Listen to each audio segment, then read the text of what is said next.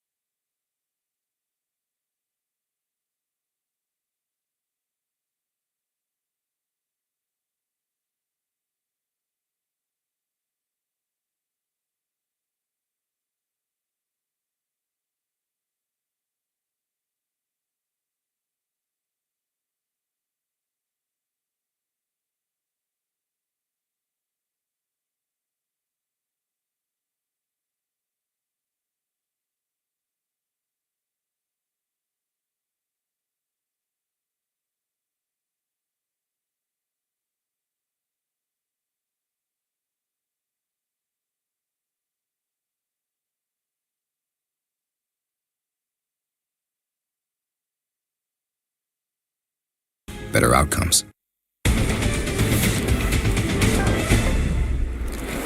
All right, welcome to Fed Day, everybody. I am Brian Sullivan. Kelly is out on maternity leave, and you are just about 5 minutes away from the central bank's call on interest rates and, more importantly, where they see borrowing costs going in the months and years ahead. Nobody expects a change in interest rates today, but that doesn't take away the drama or the importance for your money. The keys are going to be what Powell says about rates ahead, his own future as the chair of the Federal Reserve with just 9 months left in his term, who could be the next head of the Fed, and whether we could have two members of the Federal Reserve's governor board reject Powell's views on rates. If, by the way, we get two dissents from a governor, it would be the first time that has happened since 1993. Wow.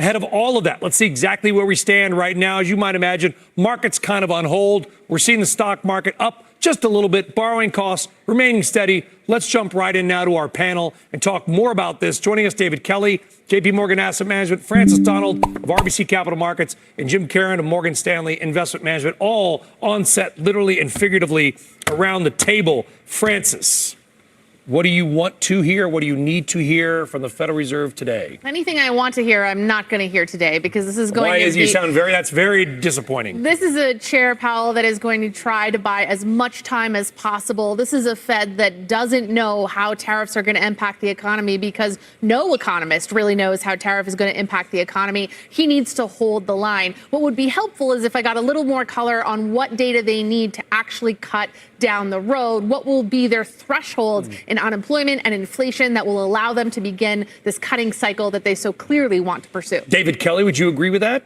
Yes, but I don't think we're going to hear what we need to hear. The interesting thing is negativity around the table. But the problem is it's all to come. We have seen the tip of the iceberg of how tariffs are going to affect inflation and to some extent growth. But right now, the inflation threat looks to me short term to be stronger than the recession threat. Therefore, the Fed shouldn't be cutting.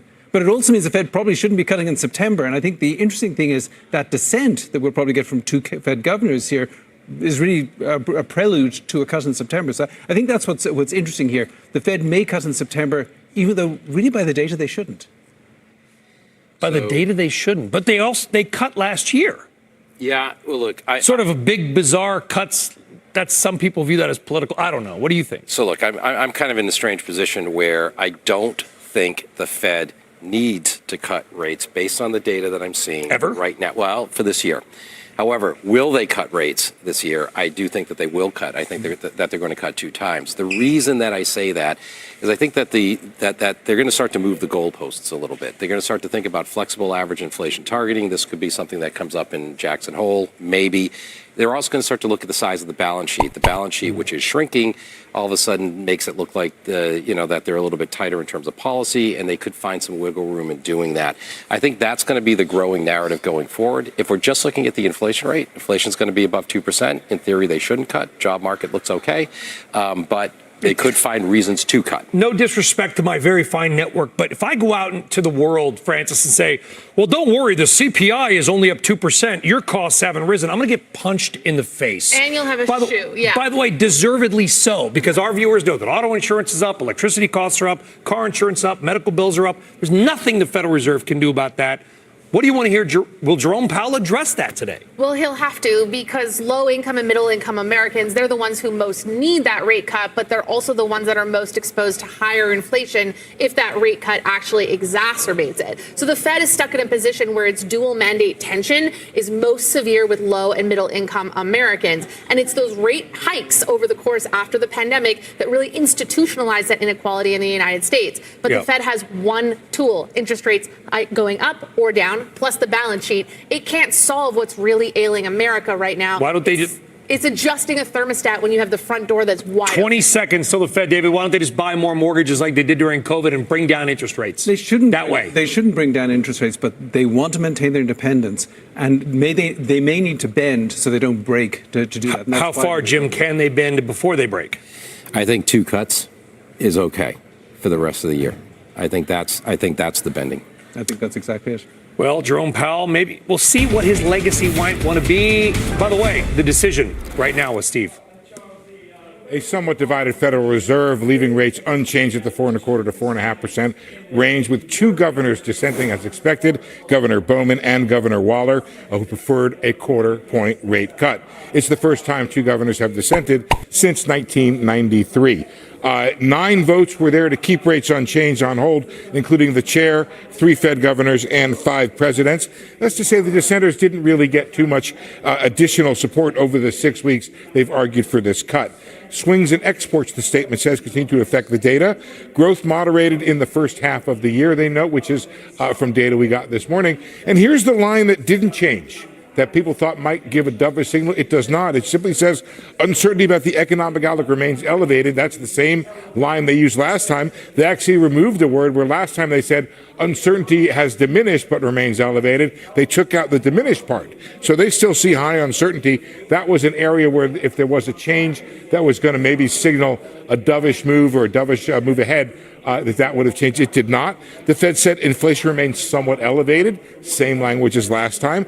Unemployment is low. The labor market is solid, the statement says. And the committee is attentive to risks on both sides of the mandate. So we'll wait to hear the press conference, Brian. But if there's a hint that the rate cut is coming imminently in September, that's not in the statement that I could read. Okay, so Steve, go into this dissent for the first time since 1993. We got 2 Fed governors, Chris Waller and Michelle Bowman, dissenting. They wanted to cut by 0.25%. How, if at all, relevant is that to anything going forward? Well, unfortunately, there's not a really great track record. I have a little quip that I've used over the years, which is that dissenters can lead the way or lead you astray. I have seen both situations where the dissenters told us what was going to happen next, but also places where they've been on the wrong side of where things are going. So it's a little hard to see what's happening. I think what I would look at, Brian, is the data. The Fed gets 2 months of data between now and the next meeting, 2 months of inflation data, that is, 2 months of employment data.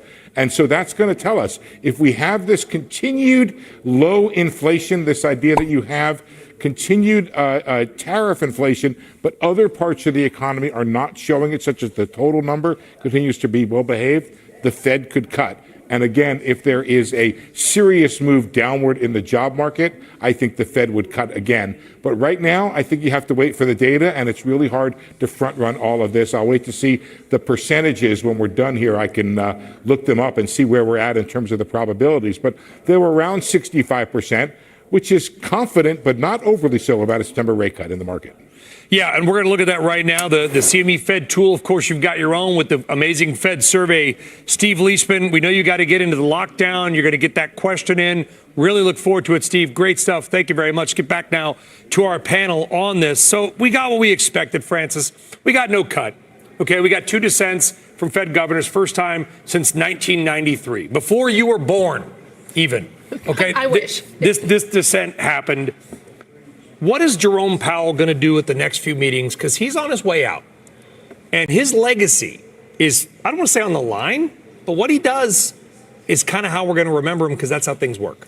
I might take a step back and say there's so much focus right now on Chair Powell, the individual, as if we remove Chair Powell, that's suddenly going to change dramatically the path of the Federal Reserve ahead. I'm going to put forward that actually it's the data that's going to determine dramatically where the Federal Reserve as Steve goes just said. Next. Exactly. And the issue is for Chair Powell is we may not have full clarity even by the end of Fed Chair Powell's term on what exactly is happening with tariffs in this economy. I do not think we're going to be able to see by September how tariffs are infiltrating inflation. It's probably a late 2025 story. And at the end of the day, this is going to come down to, is it a demand destruction story? Is the U.S. going to slow down materially? Then you can have big rate cuts. Or is there a lot of inflation? And that is not related to who is Fed chair. That's related to the economy and trade policy. Okay, Jim, I'm looking here at the CME Fed tool, Chicago Mercantile Exchange. You can see it on my computer here. David, you're just going to have to trust me on this one, all right?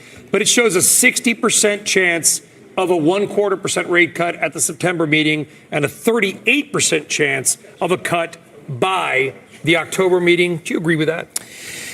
I think it's a fair assessment, right? So, but I think what we have to do is... It's just the market's aggregating data. It's the market's assessment, right? So the way I think about this is that we have been waiting for the impact of tariffs to hit the markets in terms of inflation, in terms of jobs, and we've been kicking the can down the road.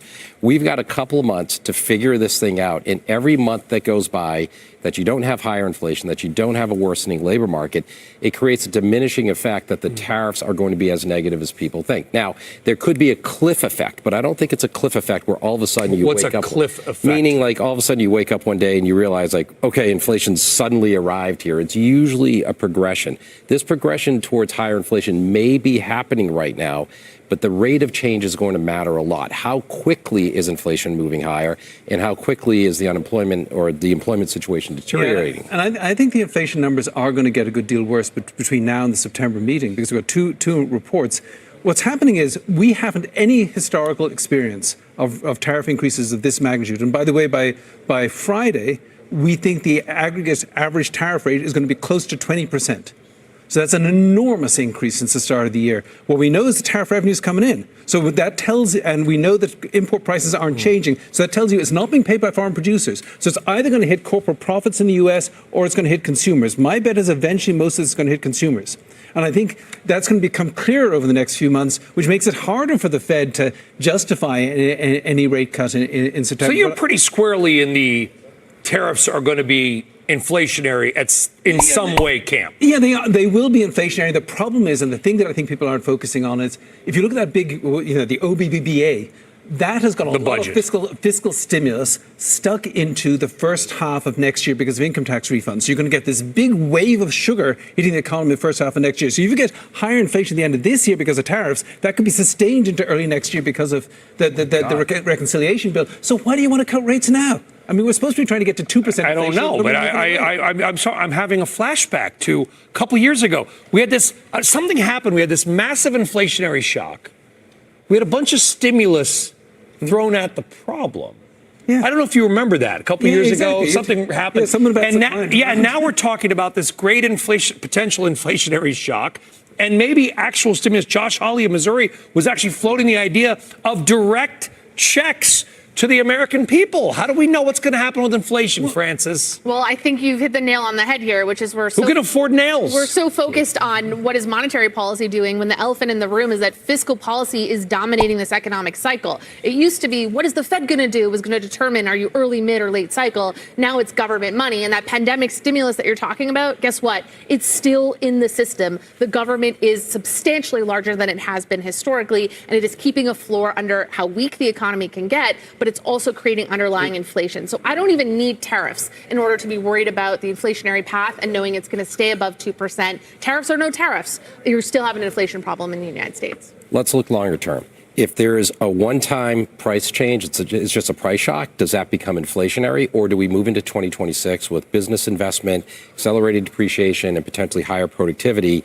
And let's look at wage inflation. I think we need to look at wage inflation to see if this inflation is going to stick around. If I look at the tips market, if I look at break evens, things look relatively stable, somewhere around 2.4 to 2.5% inflation. That could be something that's in store for us, but it doesn't seem like the markets seem to be looking past this. But also, in general, the other side of Washington is just piling sugar into the economy, and that means the Federal Reserve actually has to be a little bit more hawkish. If they have to be the tough ones, because it's, the deficit's going to go up next year. It was already 6% of GDP in a full employment economy, and we're going to push it up to 7. So if we're going to do, but they were the def leopard of the economy a couple of years ago. They were pouring sugar on everybody. Well, they kept rates too low for too long, stimulating, inflating the balance sheet, buying mortgages, and Fed rate cuts, lower rates will push up asset prices, but they don't actually help the economy that much. We need stable inflation for that. You're a good Michigan State grad. You spent a lot of good time in Lansing. So let's talk to our friends in Michigan. There's a lot of people that are watching right now around the country that are saying, "Darn it, Sullivan," or as the Canadians may say, for Pete's sake, right? I don't care about the Fed. I want to buy a home, and I'm waiting for mortgage rates to go down. I'm looking at the CME rate probability for 1 year from now, and it shows a strong likelihood we'll be 1% lower than we are now. Do you think, Jim, that in a year or ish, we're going to see borrowing costs go down? Because a lot of our viewers and listeners, that's all they care. They want to buy a home, they want to buy a car, they want to have another kid. Nobody can afford anything. Yeah, so I'm going to push back against that. I don't think that the long-term rate around the 10-year rate, which is going to matter more for mortgages and for car, loans and things like that, is going to really go down materially. I mean, we've even seen the 10-year yield has been around the same level for the past couple of years. Front-end rates may stay sticky lower. But the longer-term borrowing costs, I don't necessarily think are coming down. But I also don't think, as David's talking about this, the sugar rush. And thanks for the Def Leppard, quick analogy there. You're very welcome. Of course, some sugar on me, but I have a photograph as a memory. So I don't think that necessarily generates as much potential inflation as long as you get the productivity and wages and wage inflation stays relatively contained. But this is what we don't know. Yeah, but also we don't want to bring mortgage rates down too low because that's just going to push home prices up. The real problem is, as you mentioned, we kept rates way too low for way too long. That caused an enormous bubble in home prices. The thing that's unusual today is not mortgage rates. Mortgage rates are actually lower than they've been 60% of the time over the last 50 years. The thing that's unusual is the extraordinary level of home prices caused by keeping rates too low for too long. We've got to get back to some normalization here. Yeah. We can't just feed the economy sugar. I know. I just think, talking to so many of our viewers and listeners, they're just so it's tough for them to hear about the risk of inflation because we've lived through such an inflationary shock the last few years. I mean, burgers that were $12 are now 20, and we're talking about them going to 21, and nobody cares because they just want them to go to 12. They're not. All right, Steve Leishman is back with us. As I understand, Steve, I thought you were going into the lockup. My apologies. What do you got for us? Well, I just want to be sure that we have the probabilities here, Brian. Thank really you. Echoing what you've already said, which is 68%, a touch higher for September on the probability, and 68% again, or 67.5 for December 10th, the meeting then. And then looking down the road, you're right, Brian. They remain about 100 basis points coming off. But you can see about a third of the market is not on board with this idea of a September rate cut. But in general, over time, the Fed is seen getting there to that point where tariffs pass through the system is the general belief of most of the economists in our Fed survey.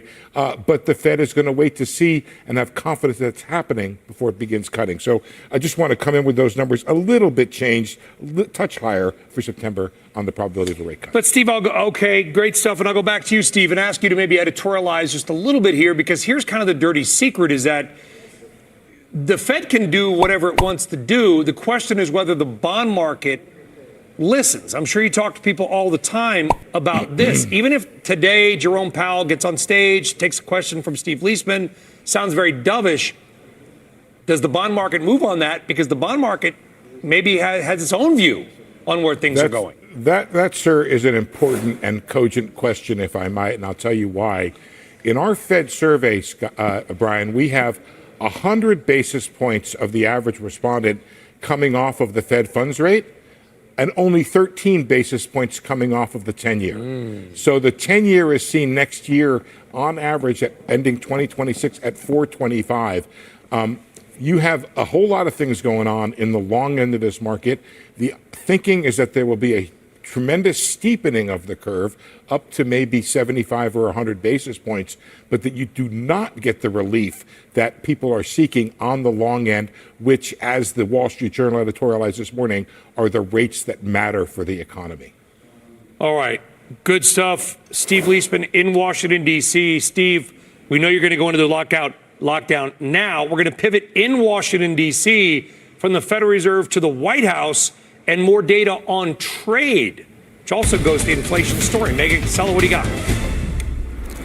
Hey, Brian, so there's some counter-programming going on here at the White House. It seems a trio of fact sheets just being released saying the president has signed some executive orders on trade, formalizing some moves, some of which he had threatened, some of which are new. The first is the president says he's going to be revoking entirely the de minimis threshold for all packages coming in from abroad. It'll be taking effect at the end of August. Now, this is something that will affect companies like Shein and Temu. Amazon could be exposed here. It takes away this loophole that allows small packages worth less than $800 to come into the U.S. duty-free. He says effective August 29th, all of those packages will have to face tariffs based on where they're coming from, those country-specific tariffs, will start to take effect. So that will be a big change, Brian, when that one takes effect. The second fact sheet says that the president now has formally signed that 50% copper tariff into law. That's something, or into executive order, I should say. That comes as a result of that national security investigation. He's been threatening it for a few weeks now, but we hadn't yet seen it formalized. Now he says it will be taking effect, and we can see an impact. Copper shares had been down, I think now about 19%, it looks like. So another big impact there. And then the third one, Brian, is that he also added a hefty new tariff on Brazil, something else that we had seen threatened, hadn't been formalized yet. He added 40% tariffs on top of the 10% Brazil tariffs that were already in place. He says he's declaring an economic emergency in order to do this, and that will take effect. Again, not a huge trading partner for the U.S., but there are some goods likely to see some big impact there, things like orange juice, coffee, some metals as well. So much more to come as we comb through all of these, but just coming out from the White House, Brian. Megan Casella, thank you very much. We actually have a trade surplus with Brazil, and I guess if you wanted the price of electricity vis-a-vis copper or coffee to go higher, you'd put a tariff on those things. I don't know. So we'll see what happens. Megan Casella, thank you very much. We are just minutes away from Fed Chair Powell's press conference. Maybe get more answers on a lot of the big questions that we have been talking about here. We've got Mike Santoli coming up, Rick Santelli coming up, and Kyle Bass, not just on the Fed, but on China, tariffs, and this Putin guy. That's coming up.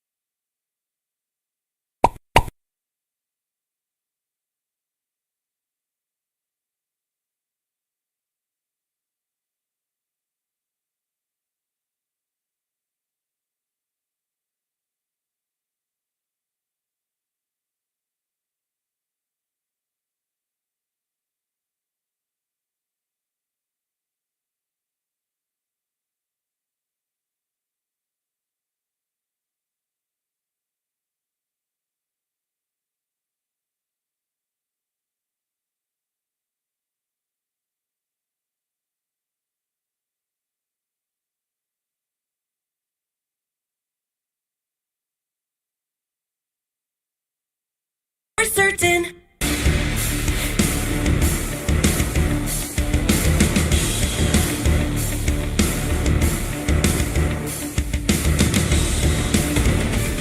All right, welcome back. Just joining us, you know the news. Federal Reserve, no change in interest rates. We knew that. That was what's expected. We got the press conference coming up in a few minutes.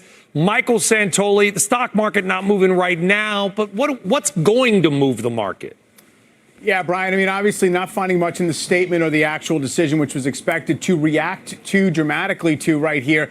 I think basically if Chair Powell in the press conference, first off, seems particularly dogmatic about how stringent the tests are going to be for seeing whether inflationary effects result from some of these tariffs, or if he's just going to remain sort of non-committal, open-minded, wait and see, which I would expect the latter more than the former. I think we're probably going to be able to just kind of get through this. What the market tells me, both in the behavior up to this point and in reaction to the decision and statement, is that this is not an economy that's really crying out for any great response from monetary policy. Sure, all else being equal, maybe we're a little bit restrictive, probably want to look for a window to ease rates lower at some point. But it seems as if cyclical stocks have been leading. Credit spreads have been very tight.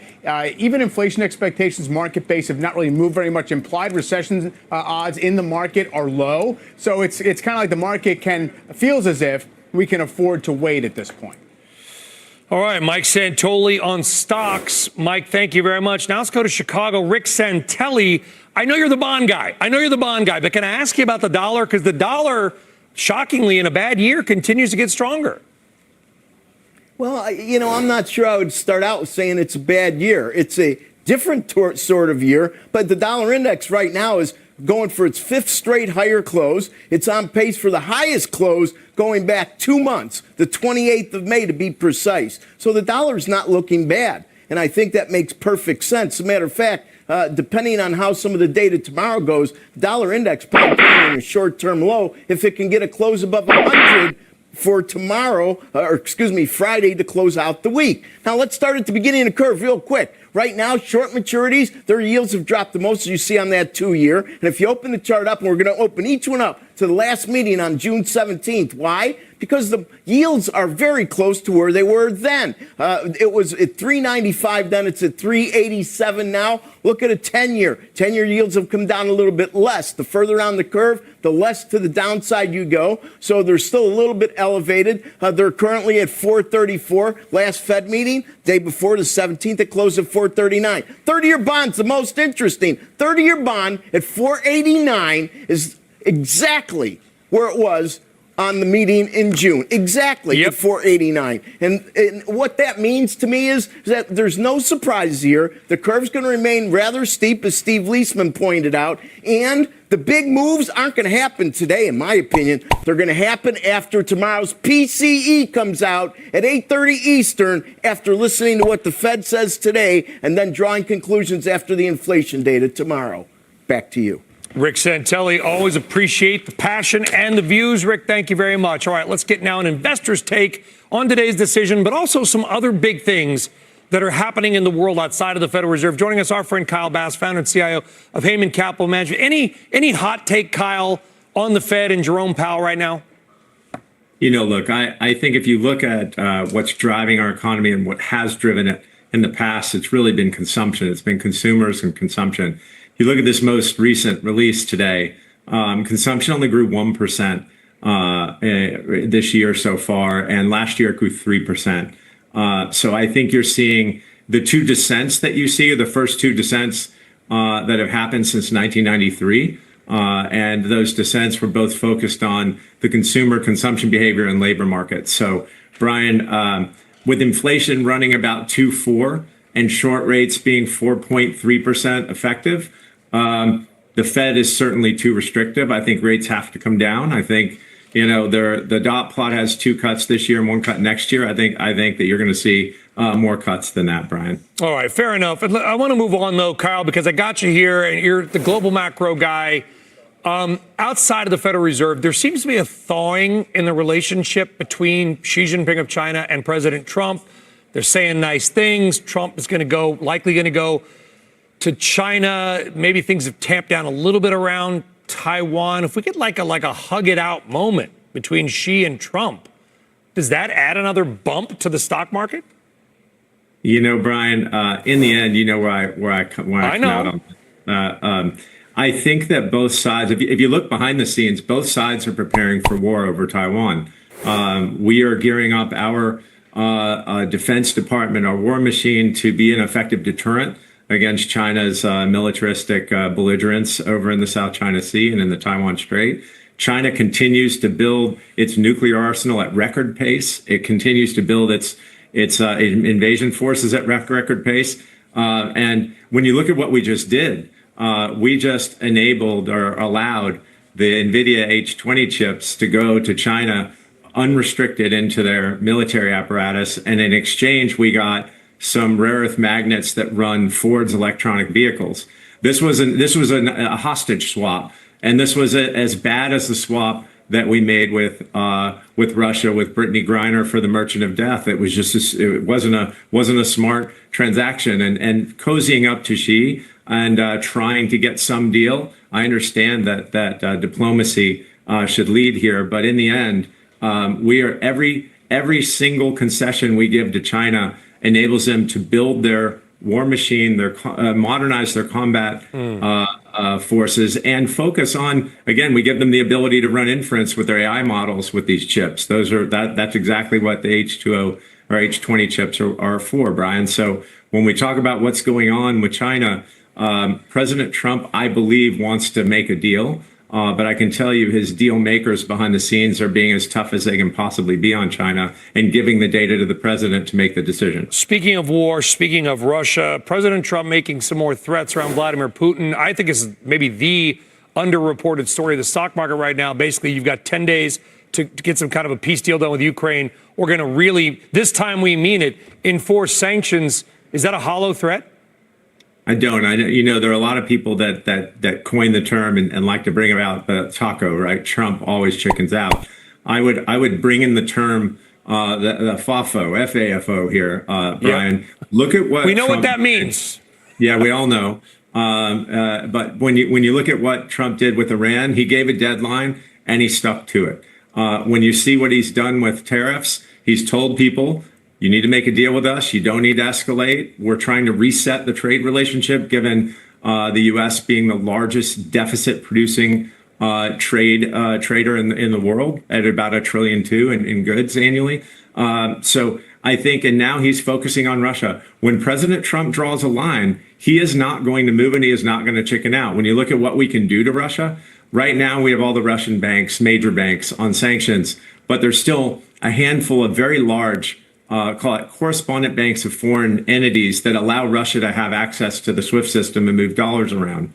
So we can close those doors, Brian, and it will really be painful for Russia. So I would focus on the deadline, and I wouldn't bet against the president and Scott Bessent on this one.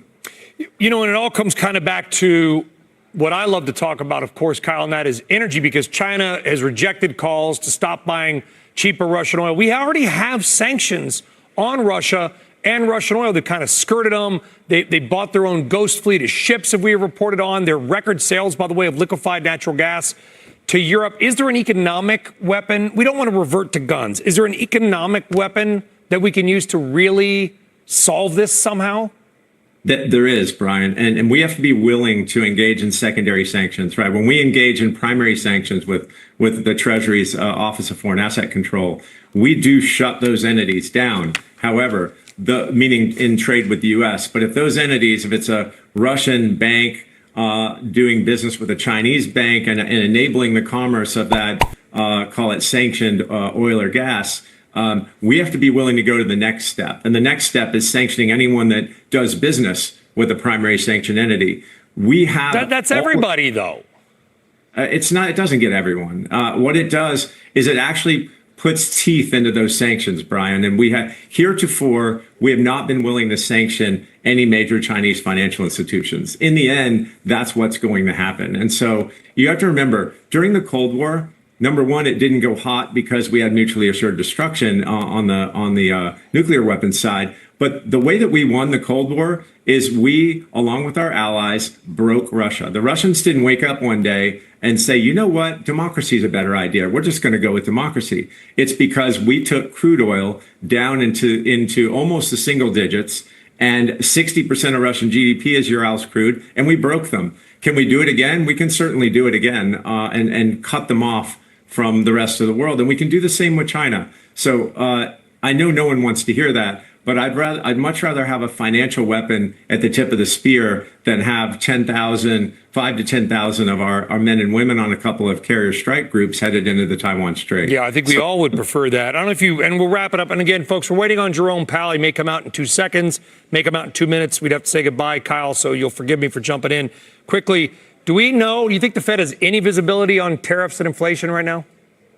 I think it's obvious that we're going to end up around 15% across the board, and China's going to be materially worse, and eliminating that de minimis exemption. I can't tell you how important that is for the United States, and actually to combat fentanyl being shipped from China to Mexico into the U.S. and directly into the U.S. So the answer is yes. I think that the Fed certainly has a handle on tariffs. If you look at the data to date, Brian, all of the chicken littles and the naysayers saying that tariffs were going to cause inflation. We got Kyle Bass. Thank you very much. Sorry to cut you off. Here is Jerome Powell. My colleagues and I remain squarely focused on achieving our dual mandate goals of maximum employment and stable prices for the benefit of the American people.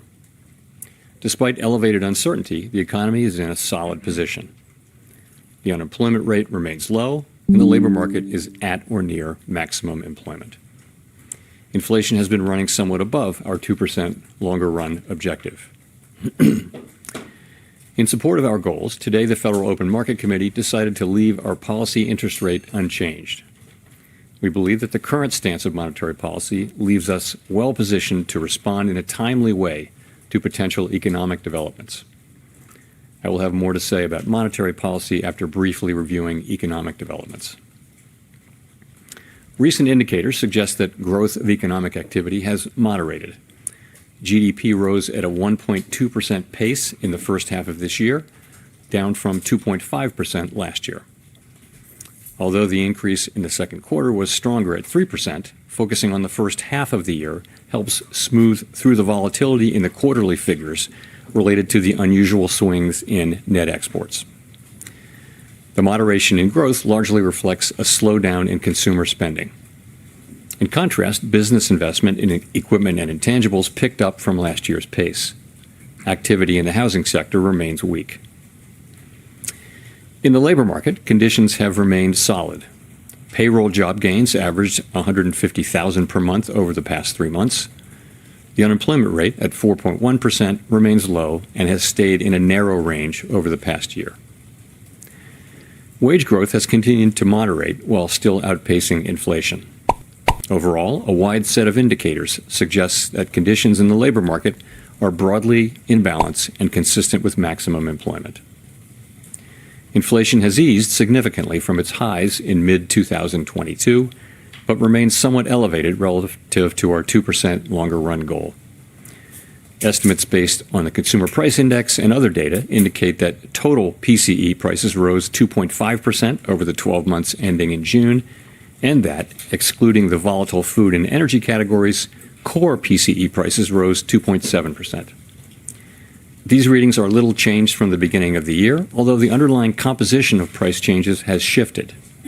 Services inflation has continued to ease, while increased tariffs are pushing up prices in some categories of goods. Near-term measures of inflation expectations have moved up on balance over the course of this year on news about tariffs, as reflected in both market-based and survey-based measures. Beyond the next year or so, however, most measures of longer-term expectations remain consistent with our 2% inflation goal.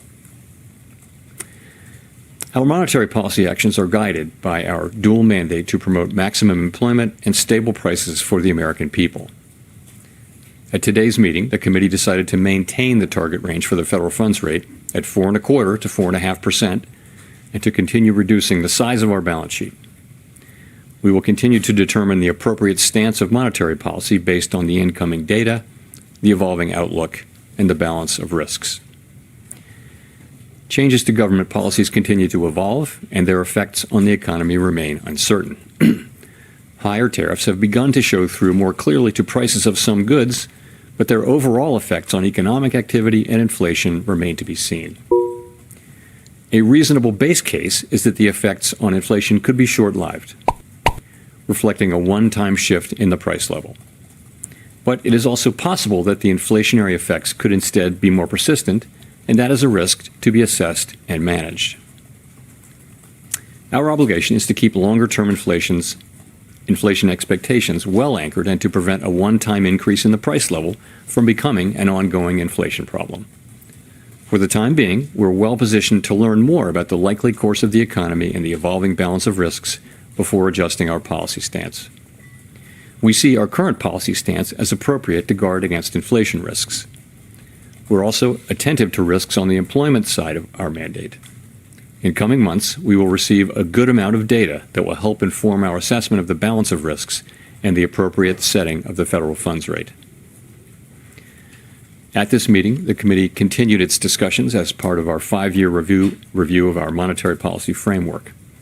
We focused on potential revisions to our statement on longer-run goals and monetary policy strategy, and are on track to wrap up any modifications by late summer. The Fed has been assigned 2 goals for monetary policy: maximum employment and stable prices. We remain committed to supporting maximum employment, bringing inflation sustainably to our 2% goal, and keeping longer-term inflation expectations well anchored. Our success in delivering on these goals matters to all Americans. We understand that our actions affect communities, families, and businesses across the country. Everything we do is in service to our public mission. We at the Fed will do everything we can to achieve our maximum employment and price stability goals. Thank you. I look forward to your questions. Thanks, Chair Powell. There's a lot of lean in the markets, and not to mention out of the administration for a rate cut now in September. Is that expectation unrealistic at this point? So, as you know, today we decided to leave our policy rate where it's been, where I would characterize as modestly restrictive. Inflation is running a bit above 2%, as I mentioned, even excluding tariff effects. The labor market's solid, historically low unemployment. Financial conditions are accommodative, and the economy is not performing as though restrictive policy were holding it back inappropriately. So it seems to me and to almost the whole committee that the economy is not performing as though restrictive policy is holding it back inappropriately, and modestly restrictive policy seems appropriate. All that said, there's also downside risk to the labor market. In coming months, we'll receive a good amount of data that will help inform our assessment of the balance of risks and the appropriate setting of the federal funds rate. So just to follow up, by coming months, does that include the possibility you'll be getting essentially 2 rounds of jobs and inflation data between now and the September meeting? Is that potentially adequate to make a decision to lower rates at that point? So you're right. We do have, this is an intermeeting period when we'll get 2 full rounds of employment and inflation data before the time of the September meeting. We have made no decisions about September. We don't do that in advance. We'll be taking that information into consideration and all the other information we get as we make our decision at the September meeting. Thank you, Mr. Chairman. You took out the word or the notion that uncertainty has diminished from this statement. Does that mean uncertainty has increased? And I'm just wondering, the administration has struck several deals with large trading partners where it seems like we now know what the rate is going to be. Does knowing that rate add to your certainty to change policy, or do you need to wait to see the economic effects? So essentially, the statement in our statement about uncertainty reflects what's gone on since the last meeting. So at the time of the last meeting, uncertainty had moved down a little bit, but it was more or less even this time. So we took out, had diminished because it didn't diminish further. So there's not really much in that. And then your second question is, say again? There have been several deals that have been struck, and now we seem to have an idea what the tariff rates are going to be with some of our large trading partners. Does that not add to the kind of certainty you might need, or is it you're waiting for the economic effects to show themselves? No, I think we're still So you're right. It's been a very dynamic time for these trade negotiations, and lots and lots of events in the intermeeting period. But we're still, a ways away from seeing where things settle down. We are clearly getting more and more information, and I think at this point, people's estimates, our estimates, outside estimates of the likely, effective level of tariffs is not moving around that much at this point. But at the same time, there are many uncertainties left to resolve. So yes, we are learning more and more. It doesn't feel like we're very close to the end of that process, and that's not for us to judge. But it feels like there's much more to come, as well, looking ahead.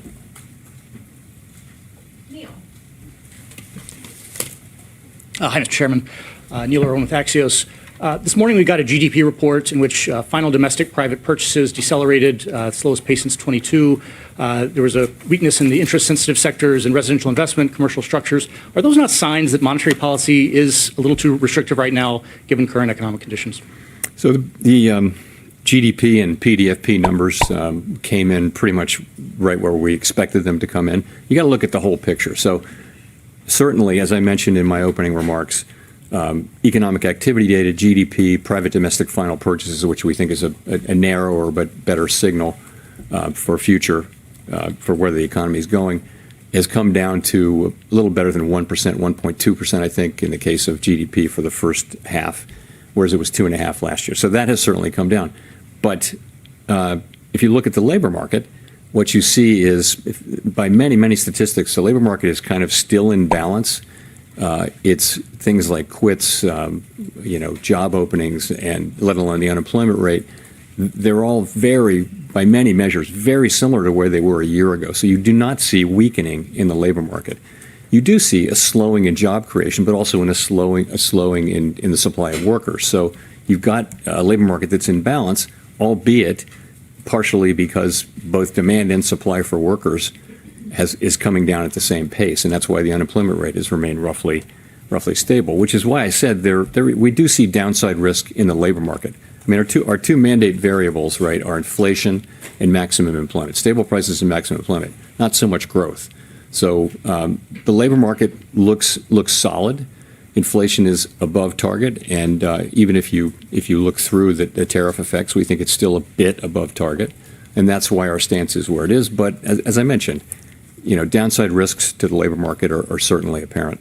So on labor, given the fluid labor supply situation, is there a number for this jobs report we get on Friday that would look to you like equilibrium job growth? The main number you have to look at now is the unemployment rate, because it's true that the demand for workers in the form of, let's call it, just say payroll jobs, that number has come down, but so has the break-even number, kind of in tandem. So, as long as that puts the labor market in balance, the fact that it's getting into balance due to declines in both supply and demand, though, I think it is suggestive of downside risk. So we of course, will be watching that carefully. Thank you. Colby Smith with the New York Times. Two of your colleagues called for a quarter-point cut today, and I'm wondering what aspects of their argument were most compelling to you and how you're weighing their views against those on the committee who, as of the June forecast, were in the camp of the Fed holding interest rates steady for the remainder of the year. And just in terms of the June SEP in particular, is that still the best representation of where the core of the committee is? So on the dissents, what you want from everybody and also from a dissenter is a clear explanation of what your thinking is and what are the arguments you're making, and we had that today. So I think basically this was quite a good meeting all around the table where people were thought carefully about this and put their positions out there.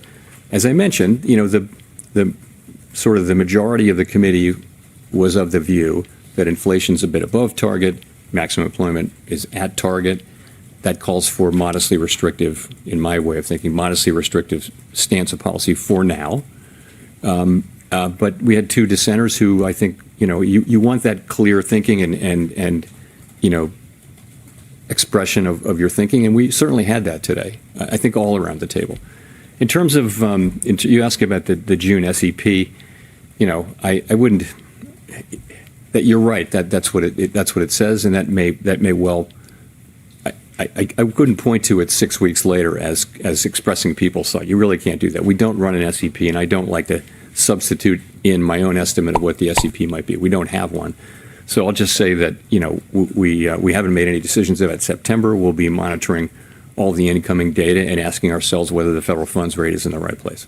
And just on the point about policy being only modestly restrictive, does that mean that there's actually not much scope to reduce rates once the conditions for a cut are met, barring a significant weakening of the labor market? So let me say, my own estimate is modestly restrictive, and there are a range of views of what the neutral rate is at this moment for our economy, and so others may say it's more restrictive or less restrictive even.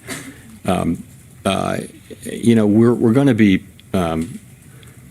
at some point when we return to moving toward a more neutral stance, we'll be making that judgment as we go.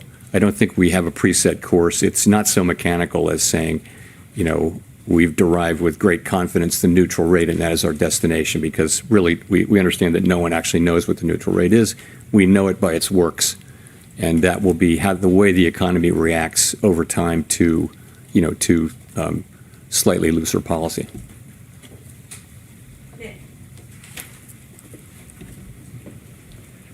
Nick Timmeros, The Wall Street Journal. Chair Powell, my question is about what have you learned over the last few months about the inflation generating and price pass-through process? And just to drill down, the June CPI report showed evidence of tariff-induced goods inflation.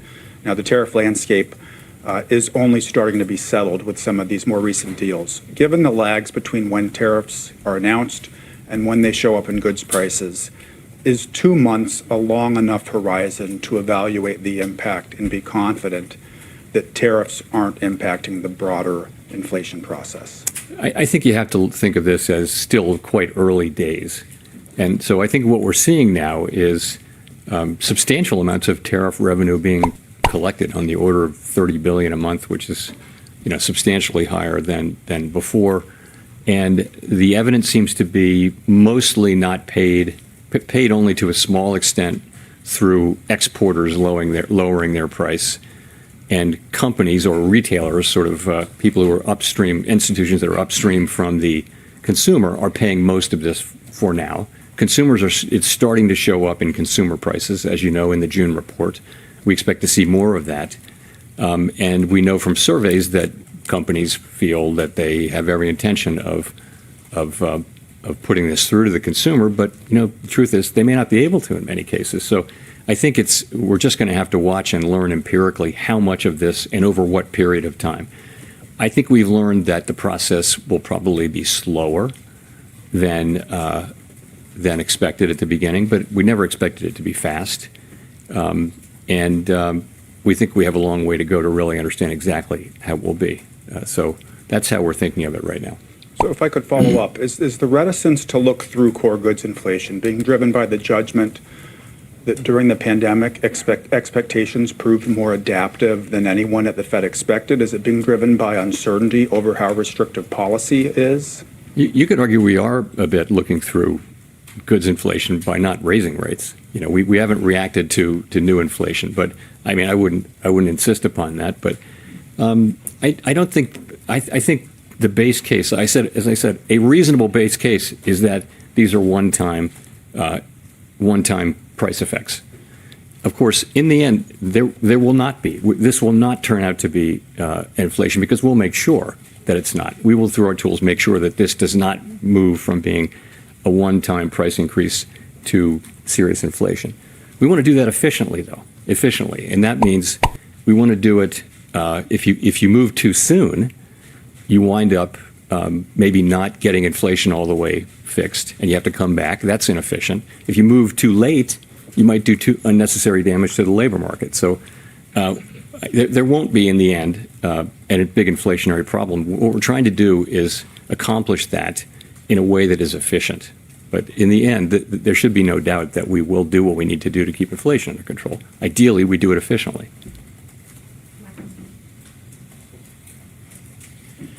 Michael McKee from Bloomberg Television and Radio. The one big bill, leaving aside the adjectives, Do you expect it to add stimulus to the economy in 2026? And would that be an argument for remaining on hold or cutting back on the number of rate cuts you would expect for next year? So, of course, let me just ritual disclaimer that we don't express any judgments or anything like that on fiscal legislation or other legislation for that matter.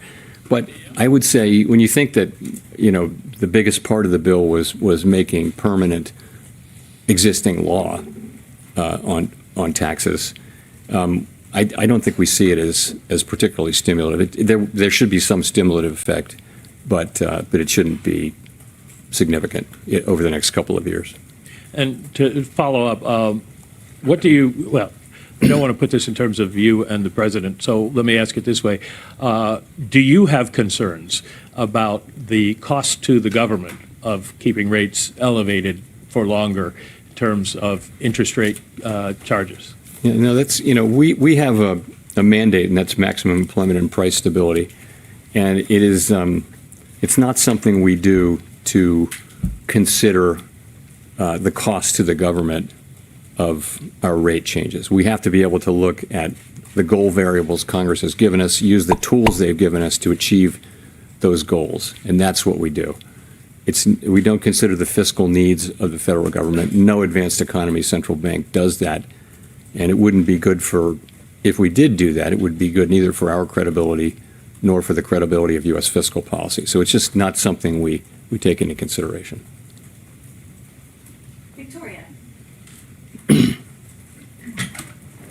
Hi, Victoria Guido with Politico. When it comes to the renovations of the Federal Reserve's headquarters that the administration has been looking into, do you see their interest in that issue as being directly tied to the president's push to get you to lower interest rates? Not for me to say. I will say we had a nice visit with the president. It was an honor to host him. It's not something that happens very often at the Federal Reserve to have the president come over, let alone to visit a building. But it was a good visit. Are there any aspects of the project that they've raised that you see as making you reconsider any aspects of the project?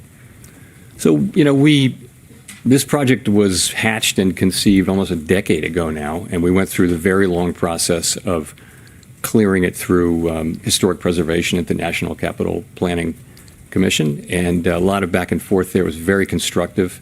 We started out to do the work, and we're very well along on that work, and I was quite pleased to have the president say multiple times that what he really wanted to see was us getting this construction completed as soon as possible. That is our focus, and that's what we're going to do. Thanks, Mr. Chairman. Andrew Ackerman with the Washington Post. What message do you take from the fact that inflation hit 2.1% last September and has bounced higher since? Why do you think financial conditions are restrictive and a neutral rate's below 4% when inflation has stopped falling for almost a year? So inflation, when you talk about these 12-month inflation measures, you're always battling residual seasonality. So we'll have, for example, 2 months of high inflation sometimes early in the year, and then inflation turns lower, and a lot of that may just be an artifact. So that's why we look at the 12-month numbers. I think inflation is most of the way back to 2%.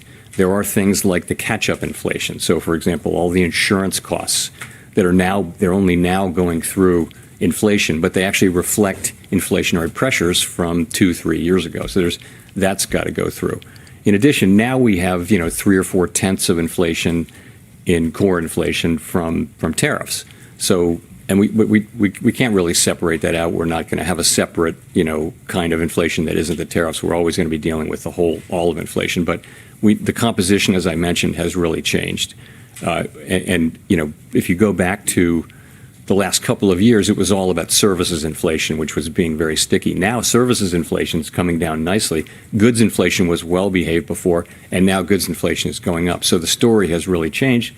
That's partially because of tariffs. It's also partially because we had restrictive policy in place, and we've seen that the result of that gradually work its way through the services economy. Okay. The other thing I wanted to ask is, are you comfortable that BLS can continue performing their mission effectively if they take an 8% reduction in headcount and authorized spending as the administration has proposed? I'm not going to comment on the administration's proposal. I do think, as I've said, I think that we're getting the data that we need to do our jobs, and I think it's really important that good data helps not just the Fed, it helps the government, but it also helps the private sector. People in the economy, they use this data a lot too. So it's quite important for our economy and certainly for the Fed's work and other government agencies' work that we continue to get better at data. That's what we've been doing for 100 years. We've been getting better and better and better. It's very hard to accurately capture in real time the output of a $20+ trillion economy.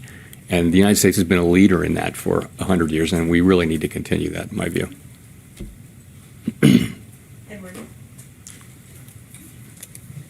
Thank you, Mr. Chairman. Edward Lawrence from Fox Business.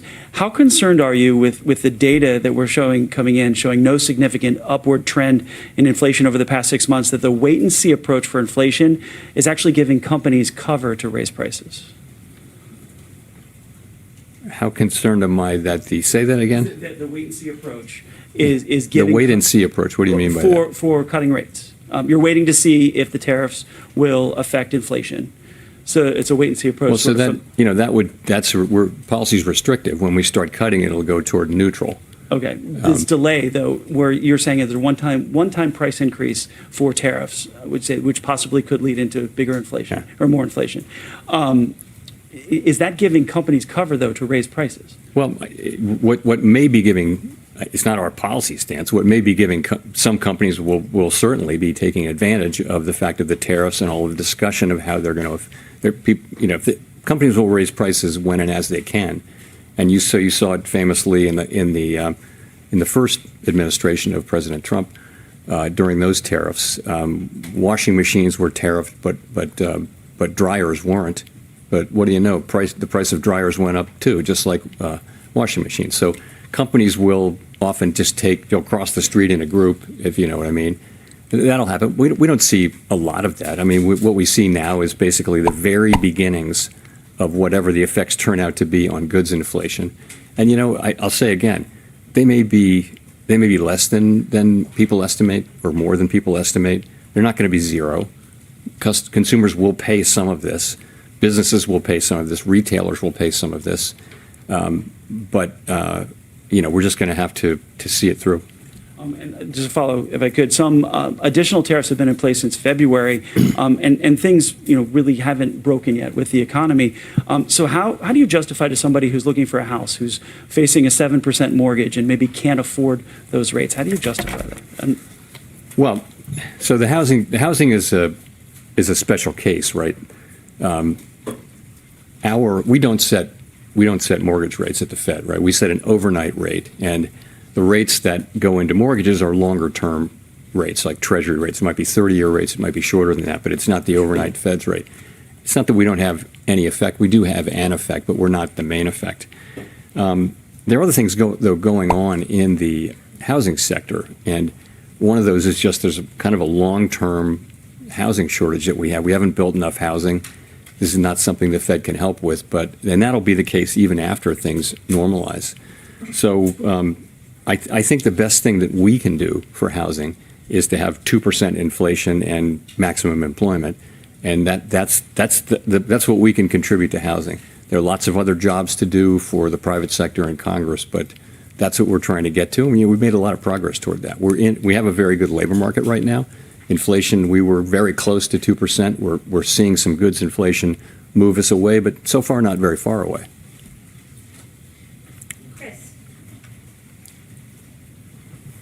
Hi, Chair Powell. Thank you. Well, can you give us a little more about what kind of economic data does the Fed need to see before you'll be ready to cut? I mean, do you need inflation back nearly to target? Are there other things in the pricing that you look for? Do you need to see weakening in the job market? What kind of things are you looking for? I mean, ultimately, it could be any of those things, right? But if you saw that the risks to the two goals were moving into balance, if they were fully in balance, that would imply that you should move toward a more neutral stance of policy. This is the special situation we're in, which is we have two-sided risk to both of our goals. When we paused, inflation was was above target and the labor market was pretty good. So that was a time when policy was restrictive when we paused. And to be restrictive is to be supporting a return to our inflation target, right?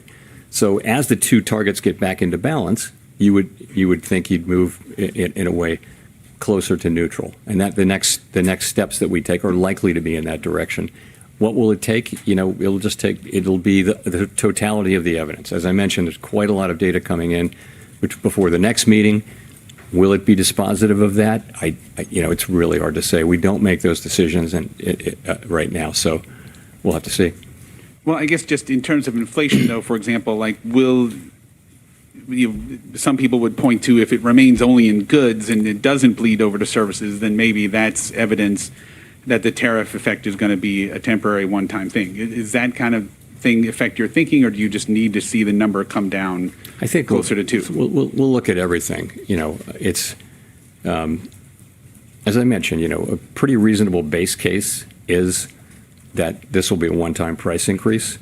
And in the end, we'll make sure that that's the case. We're just trying to do that efficiently. And efficiently means getting the timing right so we don't again, if we cut rates too soon, maybe we didn't finish the job with inflation.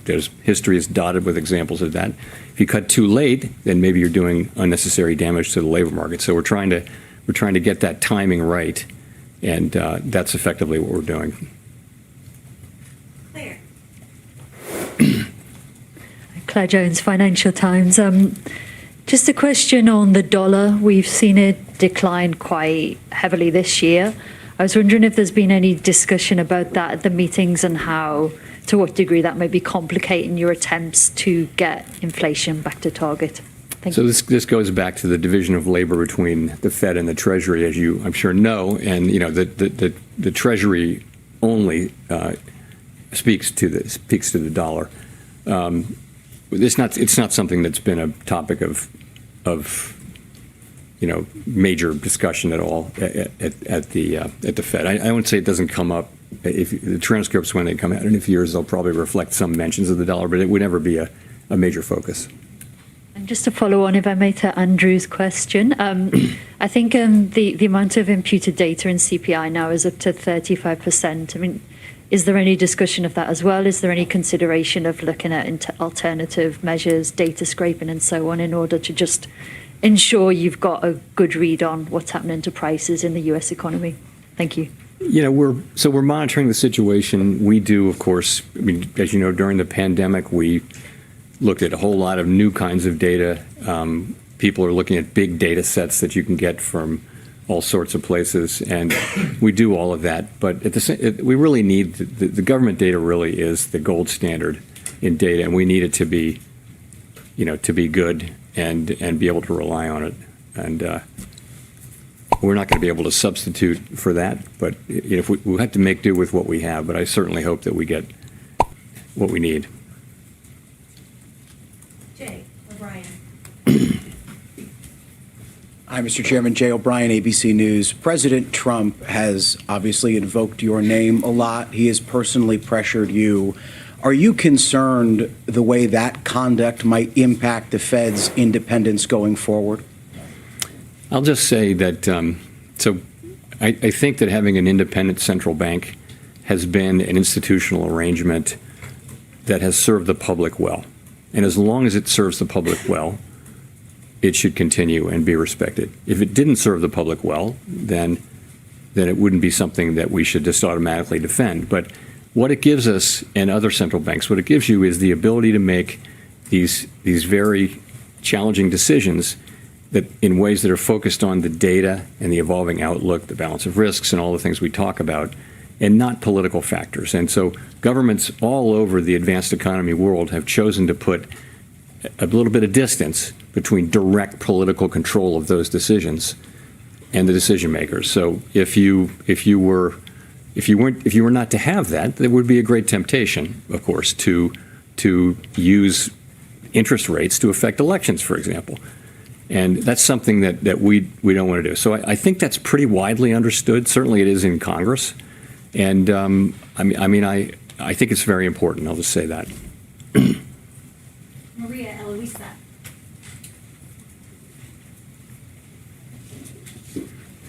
Afternoon, Chair Powell. Maria Luisa Capurro from Bloomberg News. You mentioned a slowdown in consumer spending, and I wanted to see if you could walk us through what was the discussion with the committee around that. We've seen delinquency rates rising for upper income households. How do you see that evolving in the next few months? How much of a vulnerability that is for the economy going forward?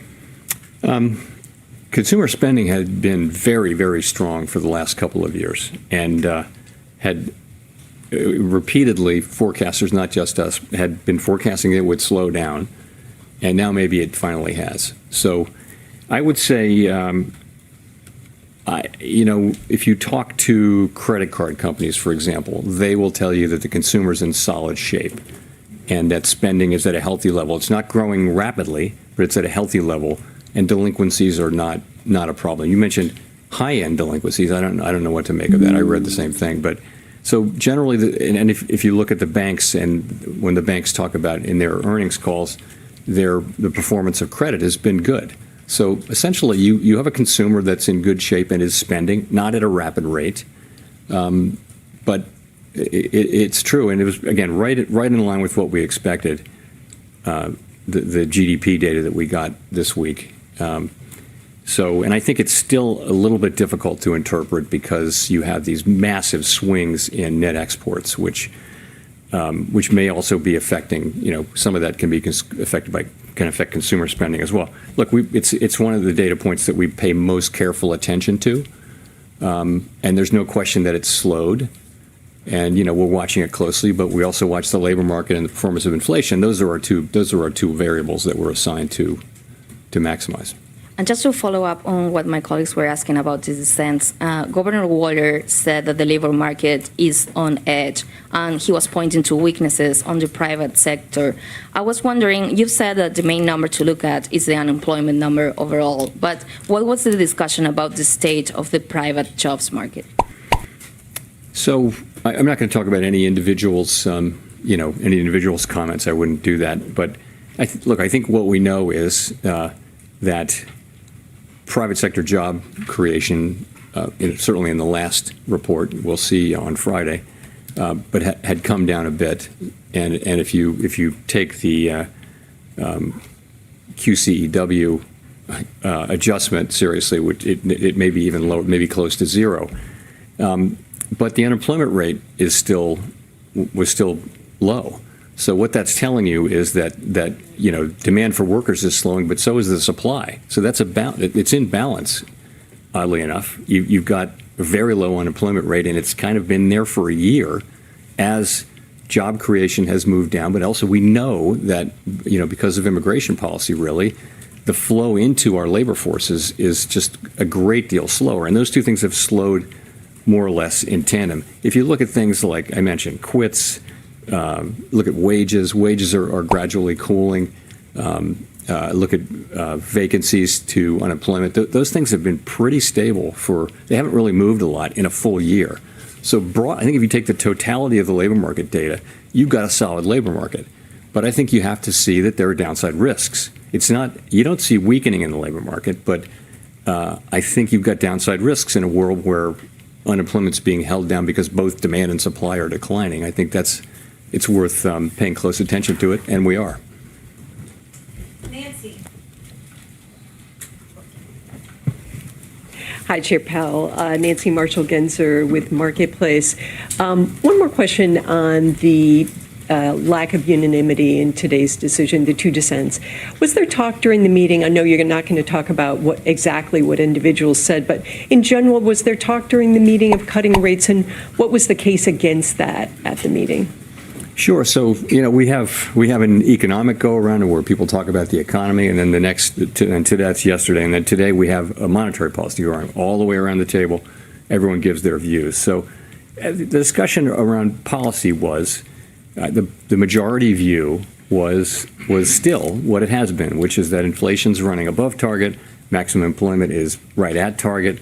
That means policy should be a little bit restrictive, somewhat restrictive, because we want inflation to move all the way back to its target. So that's where people have been and still are. Two of our members felt that the time had come to cut, and that they, for the reasons that they're going to express. I won't tell you the reasons they'll issue some kind of a thing in the next day or so. So, but that's the story, and I would say, well argued, very thoughtfully argued all around the table, good arguments, and it's a situation where an unusual situation. The economy is in good shape, but it's an unusual situation where you have risks to both your employment mandate and your inflation mandate. That's the nature of a supply shock, and it's probably not surprising that there would be differences and different perspectives on that, as well as different views of where the neutral rate is, so that different views of how tight policy is. So we have those. I will say what you hope is that people, explain their positions very thoughtfully and clearly, and we absolutely had that today, all the way around the table. I would call it one of the better meetings I can recall from that standpoint.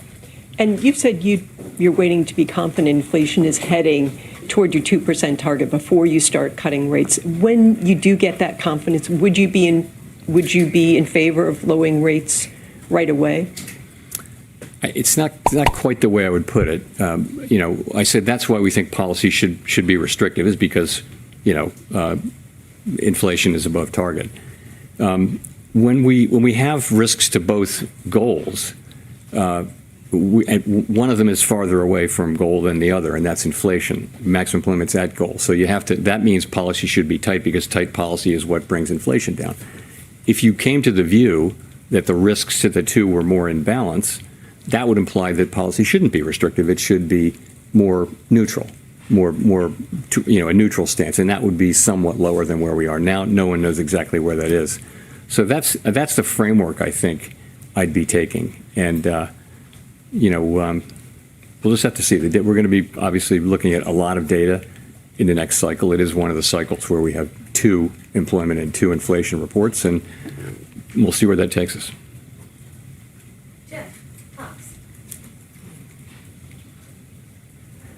Thank you, Mr. Chairman, for taking the question. Jeff Cox from CNBC.com.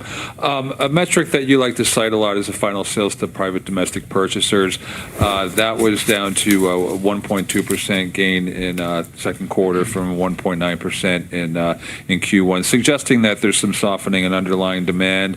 I just wondering if you look at that and you combine that with some of the housing numbers, the weakness that you acknowledged at the top of your remarks, that the housing market is in fact weak, and the inflation numbers from GDP today came down to 2.1% for headline, 2.5% for core. I'm wondering how much more movement you would need to see from these data points before you would be comfortable with cutting in, say, September. It's going to be the total. Hard to answer that specifically. PDFP, I think, for the first half, private domestic final purchases, or final sales, as people call it, was 1.6 on the first half. GDP, I believe, was 1.2%. That's the whole half. You mentioned the quarters. So those are slower, but GDP is bumpy quarter to quarter, half to half, and often gets revised, after the fact. The labor market data we still think continue to think is the best data we have on the economy, and that shows a 4.1% unemployment rate. It shows wages, still at a healthy level, but moving ever closer to what we would regard as long-run sustainable, consistent with longer-run productivity and 2% inflation. So the labor market is actually still quite solid. Inflation is above target, even ignoring tariffs. It's a little bit above target, and tariffs. So we're watching all of that, and again, trying to do the right thing in what is a challenging situation, because you're being pulled in 2 directions, and you have to decide which of those to go in. And actually, at some point, if they're sort of equally at risk, then you really want to be at a neutral policy stance, which we're not right now. So it'd be safe to say that if the data kind of stays in line with where it is right now, that you wouldn't be comfortable with cutting in September? I'm not going to say that. No, I just think we're going to need to see the data. And it can go in many different directions, the inflation data and the employment data. And we're going to make a judgment based on all of the data and based on that balance of risks analysis that I mentioned. Thank you. Greg, Rob, for the last question. Thanks, Chair Powell. Greg Robb from MarketWatch. The Treasury Secretary has said recently that it would be confusing for the markets if you stayed on as a governor after your term as chair ends. And I was wondering if you had any update for us on a decision on that front. Sorry, I do not have any update for you. Thanks very much, everyone.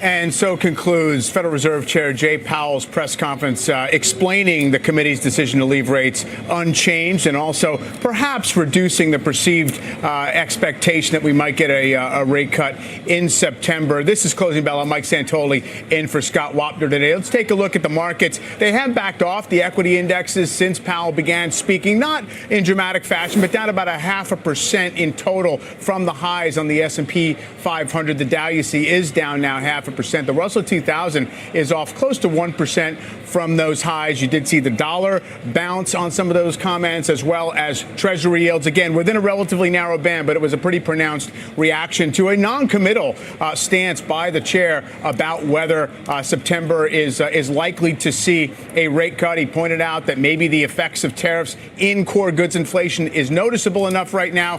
He still wants to wait and see. Let's now bring in Charles Schwab's Kevin Gordon, Hightower Advisors Stephanie Link, and former Federal Reserve Governor Frederick Mishkin. Stephanie and Frederick are both CNBC contributors, and we are going to hear from Steve Leisman, who was in the room, in just a moment. And Professor Mishkin, I'd love your takeaway on Powell's comments there. I mean, he seemed to withhold any indication that he's leaning toward a cut in September, and in fact, at one point said, "Hey, we're already looking through the tariff inflation because we haven't hiked yet." Yeah, I mean, I think his comments are measured, and I think spot on. That we're in a situation where the economy is doing reasonably well. It's moderating a little bit, but as he mentioned, we're basically at full employment, and inflation is still higher than we want it to be, even not thinking about the tariffs. So I think it'd be a very different situation if inflation was around the 2% target. Then he could look through the tariff increases in inflation, which should be temporary. But that's not where we are. So I think that he's being very, very cautious in that regard.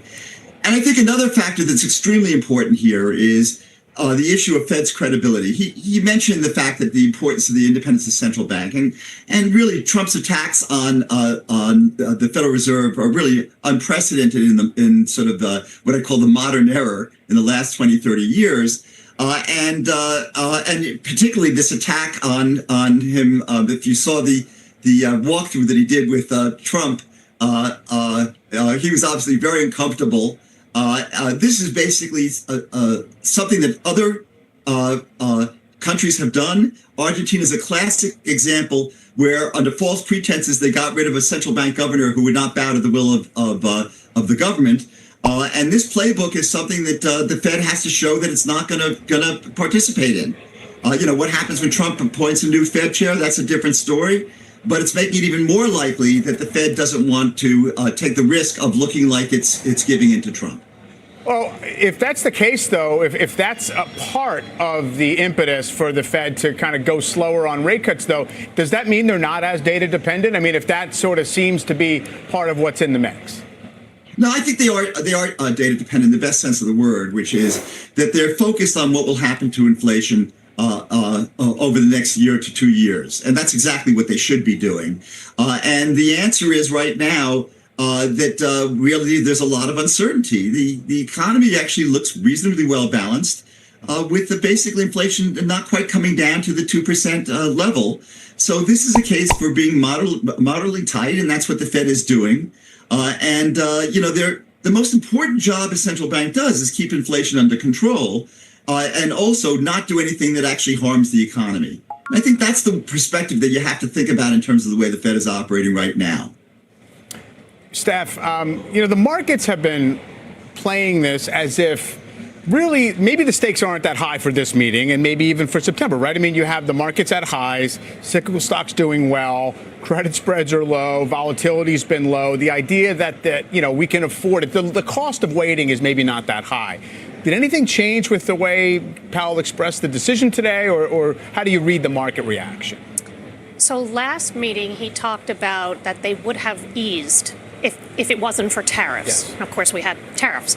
Today, he didn't say that. And to your point of non-committal, I thought exactly that. And I actually lean towards they're in no rush whatsoever to do September. I don't think we need it. I think they should, because inflation has come down, and especially since he's focusing on goods inflation versus services. Services is 75% of consumption. Goods is a much smaller piece. So I think that they should. He talked about the labor market moderating too. So I think they should, but I don't think they will in September now, not after this meeting. But again, we don't need it because we have 3% GDP growth. As mentioned, inflation is coming down. Even personal consumption today at 1.4. I know it's not that 2 to 3, 4% numbers that we had been seeing, but we had seen a lot of pull through on tariffs spend. So I think 1.4 on the consumer is good. I think the labor market is fine. Initial claims are okay. They are rising, but they're not at that 260, 270 level. I think they're still contained. So, if we don't get a cut in September, I don't think it's the end of the world, but I think they should. Kevin, Powell also kind of characterized the two dissents from two Fed governors who were voting for a quarter-point rate cut today in pretty conciliatory terms, right? He didn't try to make much of a conflict about it. It was a good discussion. It was in their right. They had a good basis for what they were doing. But they do seem to give voice to a camp out there that's wanting to point to, look, if we're going to look ahead to this decelerating labor market, he acknowledged that the labor market has shown some downside risks.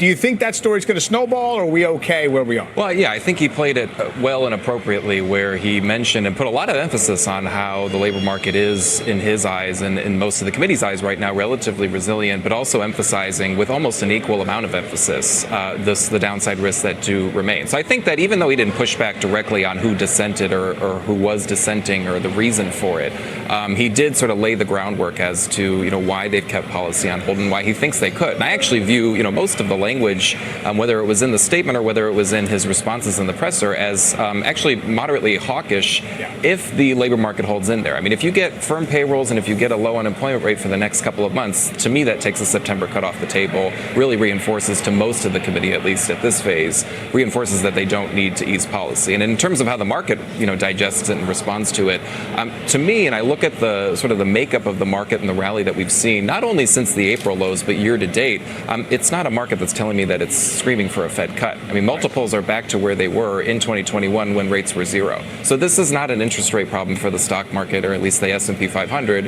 If anything, this is more of a policy issue coming from the White House, which the market has been working through for the past few months. Sure. And Professor Mishkin, I mean, he was a little bit more specific than we might have expected, I think, in terms of, throwing out some numbers and the contribution of tariffs to core goods inflation to date. And I wonder, that seemed to be when the markets just wobbled a little bit and said, okay, maybe there's a higher threshold for them kind of getting to a point where they feel as if they have a handle on what this is going to mean. I guess the big question for the markets is this vigilance on the inflation front the proper lesson learned from 2021 and 2022, or is it leaving them vulnerable to failing to look past to the next risk, which might be, let's say, to the labor market?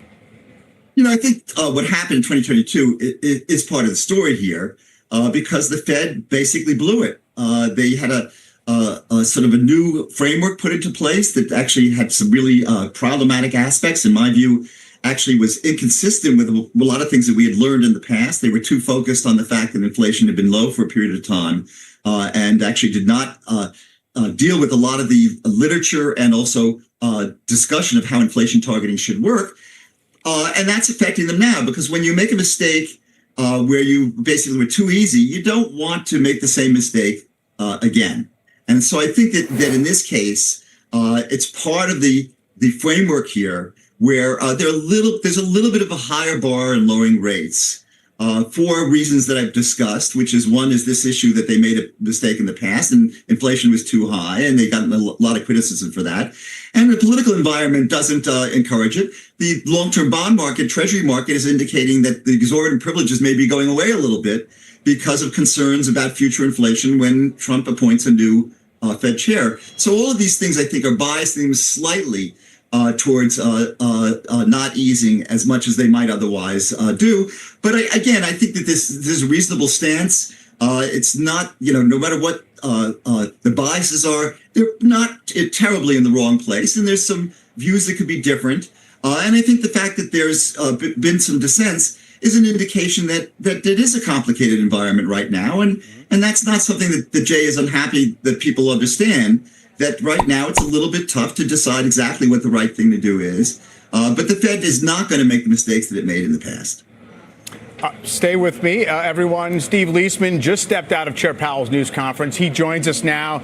Steve, so just weigh in here in terms of what really jumped out at you. I'll just mention Chair Powell did say the economy's not acting as if policy is really holding it back right now. That seemed part of the premise of what he had to say. Mike, that's an important point, because this act is a bit like the market had a glass of cold water thrown in its face. This was a market that was kind of sleepwalking towards an automatic September rate cut. And Fed Chair Powell said, maybe not, maybe not. And it was not certainly automatic. And I'll show you the odds in a second, the probabilities in a second. But I think the key here is, I said to him, hey, you have more information about what the tariff rates are going to be. Is that enough for you to cut? And here's what he said. The likely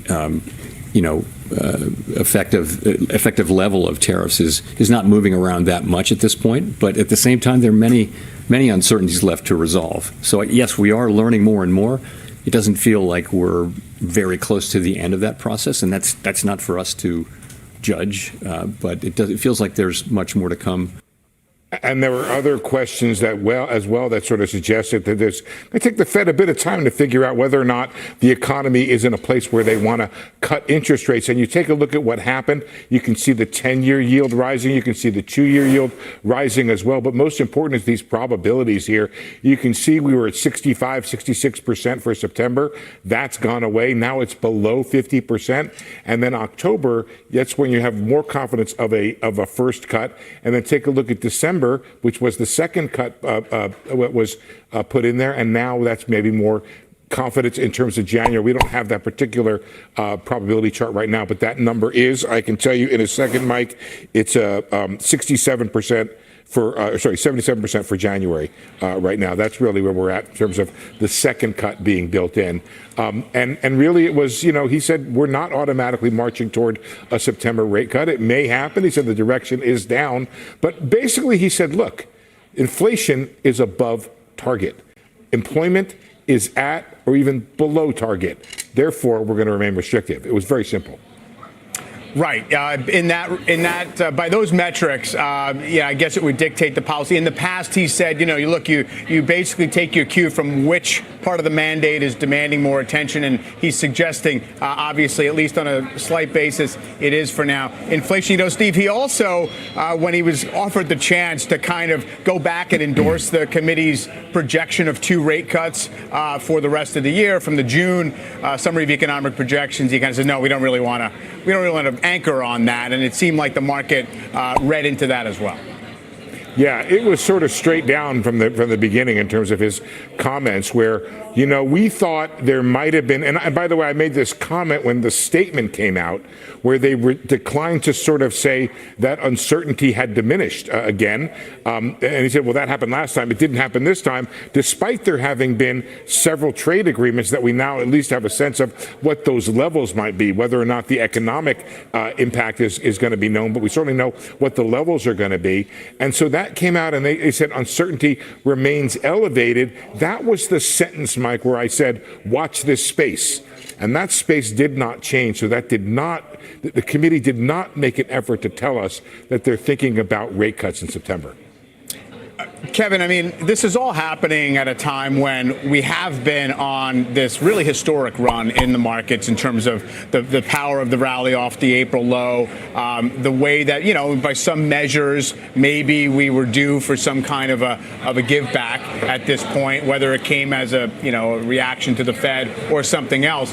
How are you incorporating this current Fed stance into what you would otherwise expect in the next several weeks out of the market? I actually think it's relatively relatively supportive. I don't know if this is a contrarian take or a minority view, but our view actually has been that one of the reasons the market's been able to do well is because the Fed has been on hold, because they've recognized that data have been relatively resilient and they're more focused, as Steve said, combating the inflation part of their mandate versus labor. I mean, I think the simplicity of all of this, and the most simple way you can boil this down, is they're further away from their inflation target than their labor target. There's not a firm unemployment rate target, but if you were to use the SEP and what they expect for the end of this year, there's still a lot more room to move higher. So I think in the context of that, if they stay on hold, to me, the Fed is not that negative catalyst that ultimately tips the market over, because sentiment, both on the attitudinal and the behavioral side, has moved into more frothier and riskier territory. You can stay there for a while and markets can move higher as you stay in that zone. So you need something negative to creep along to push you over. To me, that's probably more in the labor data than it is the Fed staying on hold. But that would also be consistent with the Fed cutting relatively aggressively if the labor market were deteriorating really quickly. Sure. I mean, Steph, we have 7 weeks till the next Fed meeting, right? You get Jackson Hole in between, but you have this stretch where you're going to get a couple of months of employment and inflation number. You're going to get a lot to fill in the blanks here. What are you most focused on? We get PC inflation tomorrow. Obviously, the monthly jobs report on Friday. I mean, ADP was I guess, encouraging if you pay any attention to it. How are you reading all of that? So I think the economy is doing just fine. And in a 2.5% economy, you can grow earnings. And that's what I really care about as an investor, right? I mean, earnings right now are actually pretty good. They're running about 8.5% and 5% in terms of revenue growth. And we're only 35% of the way there. So this, obviously, tonight is very big. Tomorrow is very big. We get, 4 technology companies. That is 19% of the S&P 500. So in the very immediate term, I think that's really what's going to be very important. But I mean, longer term, if earnings can grow in the 8 to 10% range, and estimates are actually going higher because expectations are for only 5% growth, well, that's a good thing. Now, that doesn't mean that we're not going to see volatility. August, historically, is a flat month for the S&P, and in September, is historically down 2% in the S&P. But it does rebound in October to 2%, and I think that's really very important. So if earnings are going to come in like I think they are, and we have some volatility around the Fed and around all this other stuff, you ought to pay attention to where estimates revisions are going higher. And that's why I think it's great that it's earnings season and we're hearing real time what the companies are doing with tariffs, with the economy, et cetera. And I think that that's positive. And when stocks sell off like they are, because you always focus on the reactions too, just like I do, when they sell off on perceivably good numbers, that's your opportunity to buy quality on sale. And Professor Mishkin, I mean, I guess the other piece of it here, he was asked about, this line. You mentioned the pressure from the White House, but this line that, the Fed ought to do the right thing and lower rates to save the government money on servicing the debt. He, of course, dismissed that as a concern. But whether that's the Fed's job or not, does that become a pressure point on the overall economy in a sense that it's basically this idea of fiscal dominance is going to be the story for a while? Yeah, I think this argument is just a ridiculous argument from the Trump administration. In fact, it's actually, I think, the opposite. If the Fed is seen to be weak and acceding to political pressure, what that's going to do is it's going to raise long-term interest rates. That's going to make it more costly for the Treasury to fund its debt. So, in a sense, Trump is actually his attacks on the Fed are really, in some sense, backfiring. They're going to make it more expensive for the Treasury to fund its debt, and that's not a great thing. So the fiscal dominance issue is one that you really worry about. Never used to, but as I always say, the only bipartisan thing in Congress is that both parties are not willing to do deals seriously with fiscal responsibility. And the Trump administration saying the Fed can solve this problem by lowering interest rates is really just ludicrous. Yeah, I mean, the math is tough anyway in terms of having that make an impact in a timely way. Steve, did want to circle back to you on this idea of, Powell emphasizing that they have a relatively high threshold for getting clarity enough to maybe make a move lower in rates. It brings me to mind back when they were in this headlong tightening campaign, and it was like, what do you need to pause rate hikes, right. And they would say, oh, maybe we need 2 or 3 months in a row of good. Is there any way to kind of be precise at all about what they're looking for? Well, let me throw something at you guys, especially Stephanie and you, Mike, because you guys know the stock market so well. Goldman Sachs came out with a report today that said they've looked at the Treasury data and they've looked at the customs international trade data. And what they see is that we've only got an effective increase in the tariff rates of 7.4 percentage points. They think it's going to 14, which kind of tells you, it may be the third or fourth inning on tariffs. Now, maybe that 14 number, the increase, is in the market already. Stephanie and you would know about that. But the question is it in the economy yet? You heard what Powell said about what's going to happen. He said, we've seen some of it. They've held back, but we believe they're going to put it to the consumer. It's going to get to the consumer eventually. All of that tells me, Mike, there may be a ways to go before the Fed feels comfortable they have seen this inflationary impact that they're waiting to see on the tariffs. Yeah, no, it's all fair. We're all going to have to kind of get our pencils out and figure out what's going to qualify as real concrete information to form some expectations here. Frederick, Michigan, Steve Leisman, thank you very much. Stephanie and Kevin going to stick with me. We're going to talk some tech earnings previews in a bit. And a quick programming note, don't miss Double Line's Jeffrey Gundlach right here on Closing Bell. It's going to be this Monday, his first reaction to today's Fed decision and the upcoming July jobs report on Friday. Some breaking news out of Washington late this afternoon. Megan Casella here with the latest. Hi, Megan. Hey, Mike, so when it comes to that question of just what tariff actions are going to be formalized and signed into law, the White House moved today, signing 3 executive orders on trade moves, putting all of these things in action, some of which had been threatened, some of which are new. The first one was new. The president is moving to revoke that de minimis threshold for all countries globally. Now, this is that threshold that allows small packages worth less than $800 to come into the U.S. duty-free. The president says now in an executive order that as of August 29th, that threshold is going away, and all packages, no matter how big, will have to pay some level of tariffs. Now, this is likely to impact small businesses for one, but also companies like Shein and Temu, maybe Amazon as well, potentially FedEx, that will have to implement this. All of that going away by the end of next month. The second move is that he formalized that copper tariff. The president finalized that national security investigation and said copper tariffs will move to 50% beginning on Friday. This is pretty sweeping. It's going to cover all semi-finished products as well as some derivative products as well. And within 90 days, he says in the executive order, he could expand it further to include even more derivative products. We saw major moves in copper contracts, tomorrow's copper contracts, given that markets are closed for today, down 18% at one point. The last time it saw a drop that big was 1989, Mike. So a big impact there. The third thing that happened is that he formalized his threats against Brazil, lifting tariffs against Brazil from 10% on all imports up to 50%. And this is different than any of the tariff threats against any other countries because this one, we have a trade surplus with Brazil for one, and the president is declaring a new economic emergency here, saying that what he called the politically motivated persecution of the former President Bolsonaro there is impacting U.S. national security, the U.S. economy as well. So potentially shaky legal territory there. We'll see if it's challenged. But for now, a 50% tariff taking effect within 7 days. I will note on this one, there are a number of exclusions that will minimize the consumer impact. Things like orange juice are excluded, as well as some LNG, tires, fuel oils as well, Mike. All right, Megan, thank you. Yeah, and important to note that a lot of those actions by the president were starting to filter out during Jay Powell's press conference. Maybe some of the market reaction is to some of that, too. And stuff really quick, Freeport, what's the impact here? The stock is reacting negatively. Oh, I mean, copper's down 18%. Yeah. I mean, it's a knee-jerk reaction. I mean, and we have no idea what the final outcome is going to be. I mean, I think it's a buying opportunity, but I was buying it last week when they reported. I mean, the CEO, she raised copper guidance for the back half of the year by 10%, and the stock fell 5%. Right. This is just crazy. It was on the, I don't know if it was because ore was exempted and maybe, I don't know. I mean, I think it's going to be all revised. I really do. And so maybe there's a little bit of a hit, but I don't think not worth 10%. Yeah. One would think not. All right, we are just getting started here. Up next, the countdown to Meta and Microsoft results, both mega cap companies reporting after the bell. We've got the setup straight ahead. We are live from the New York Stock Exchange. You're watching Closing Bell on CNBC with the Dow down 344.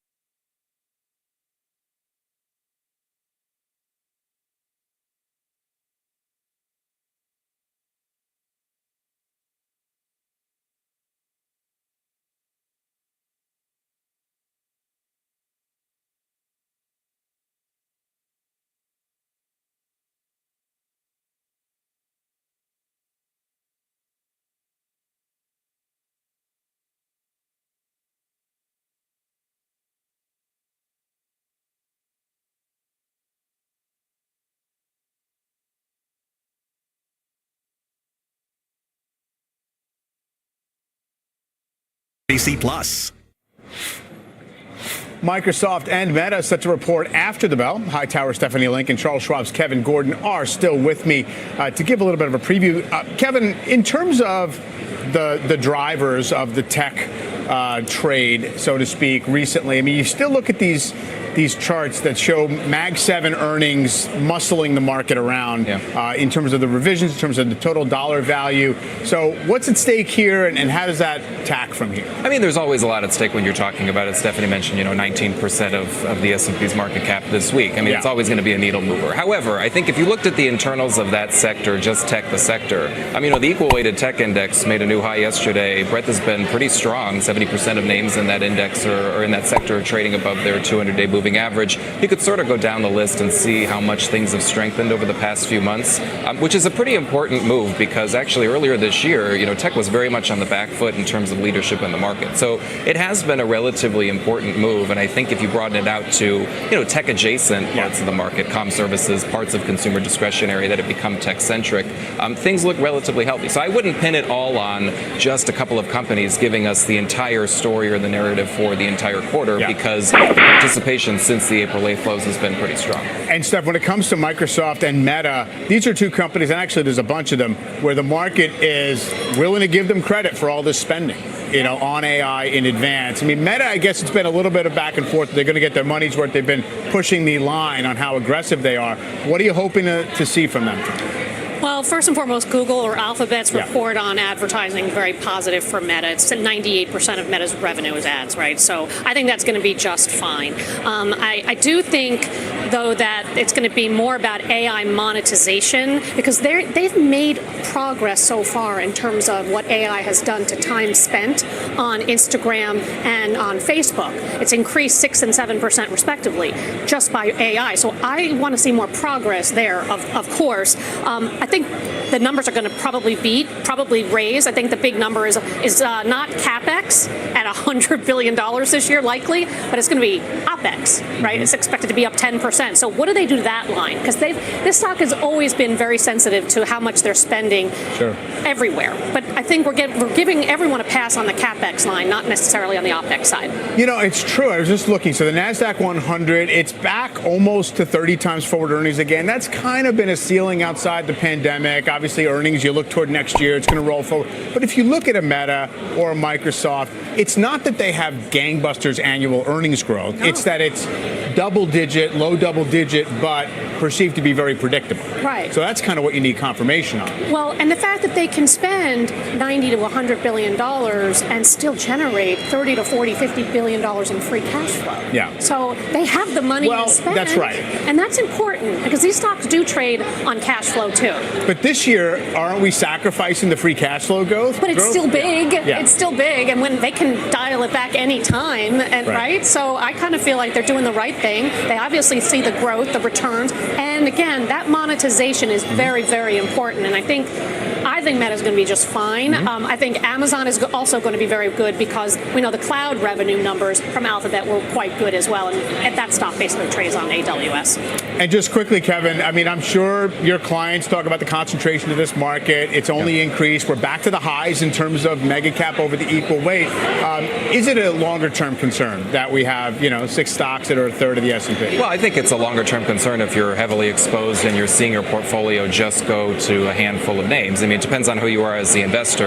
For us, we've got almost 40 million people, so everybody's position will be different on it. But I think broadly what we're seeing, which I think is a relatively healthy thing, over the past 5 to 6 months, when you look at flows into those names, into the mega caps at the retail trader level, at the retail investor level, there's actually been a pretty significant decline going into the top 7 or the top 10. So investors have really taken sort of a broader look at the market and seen what's performing. And I think that's, not surprisingly consistent with the fact that industrials, utilities, to some extent financials have been in positions of leadership this year. It's not just a tech story. So I think it's it's been matched by flows in terms of what we've seen from the price action in the market. And that's a really important step because that wasn't always the case, especially in 23 and 24 when you did get to a pretty significant concentration. Some of the industrials are confirming the strength in AI again in data center, right? So they are a play. They're a derivative play. Utilities as well. Yeah. That's why they've done pretty well. And I Sure. think they will continue. And that's why you're also seeing a broadening, because you could play this theme in a lot of different Yeah, I mean, sectors. there's a way of telling the story that is basically the main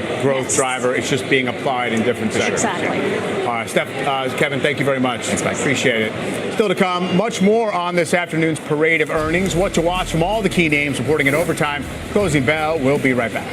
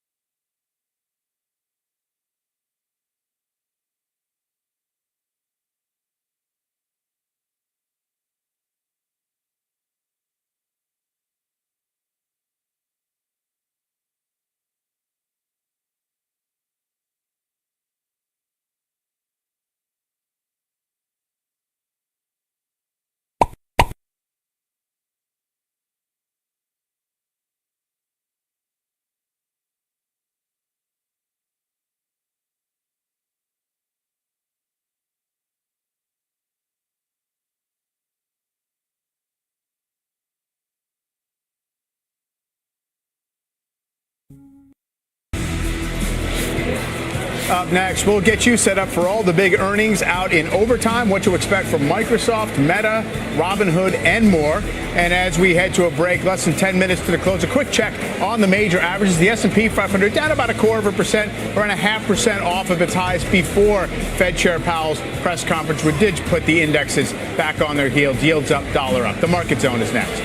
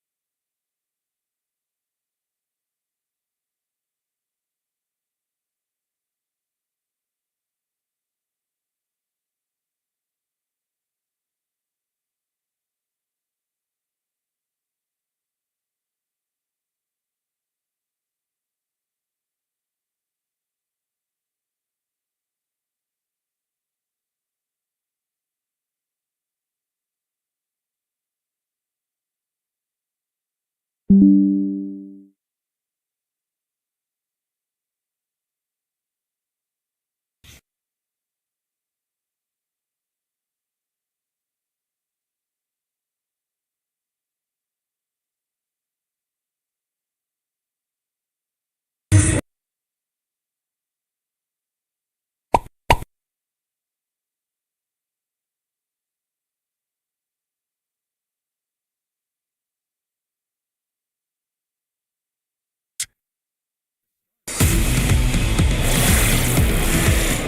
are now in the closing bell market zone. A big slate of names reporting at the top of the hour. Steve Kovac watching Microsoft for us. Julia Borston here with what to watch from Meta. Christina Partsinevelos is covering Qualcomm and ARM. And Mackenzie Sagalos is setting us up for Robinhood. Steve, start us off with Microsoft. Yeah, we're going to get some new AI CapEx spending most likely today, Mike. That's because the fiscal year is wrapping up in this report, and we know that $80 billion figure was for that full fiscal year. Microsoft gave us a hint at what to expect. Either it's going to increase from the prior year, but at a slower rate. So $80 billion in fiscal year 2025, more than that for fiscal year 2026. On top of that, we're going to be looking at that Azure growth rate, as we do every single quarter, and how much of that growth is coming from artificial intelligence. And if we're lucky, some more details on artificial intelligence monetization, whether that's through Copilot, cloud services, and the like. Last number we got was $13 billion on an annual run rate. We'll see if that goes up there, Mike. We will, Steve. Thank you. Speaking of AI CapEx, Julia, among the many things to watch in Meta. Yeah, that's right. With Meta's stock up by about half in the past year and 86% of analysts rating it a buy, expectations are high for Meta. Revenue growth is projected to slow to 15% from 16% last quarter, but the company's spending on AI could be the big headline. After last quarter, Meta raised its CapEx guidance for this year. Now, just this morning, CEO Mark Zuckerberg writing about his focus on what he's calling personal superintelligence, which he says is driving the investment of hundreds of billions of dollars into compute and also an elite talent team. This after just last month, the company invested $14 billion into Scale AI. Bank of America saying these investments are paying off and, quote, AI makes Meta's content more engaging, creating more ad impressions and making its ads more relevant, increasing click-through rates and conversions. Mike? And Julia, just on that exact point, I mean, some of these other companies are trying to build a model to sell a separate app, to create some other kind of subscription revenue stream. Is Meta in that game, or is it really about just feeding into their existing products? It's about improving their existing products, and we've seen that play out in recent quarters. They have invested a lot in these AI chatbots. Right now, that's about engagement. You could see the potential for Meta to potentially, in some markets, charge for those chatbots the way that Snap has charged for its AI chatbot. But I think right now it's really about boosting engagement. If you're on Meta chatting with a chatbot, you're going to see more ads. Got it. Julia, thank you. Christina, we're going to hear from some more chip names. Yeah, well, smartphone demand is supposed to be remaining sluggish. There may be a silver lining for Qualcomm earnings. Chip here.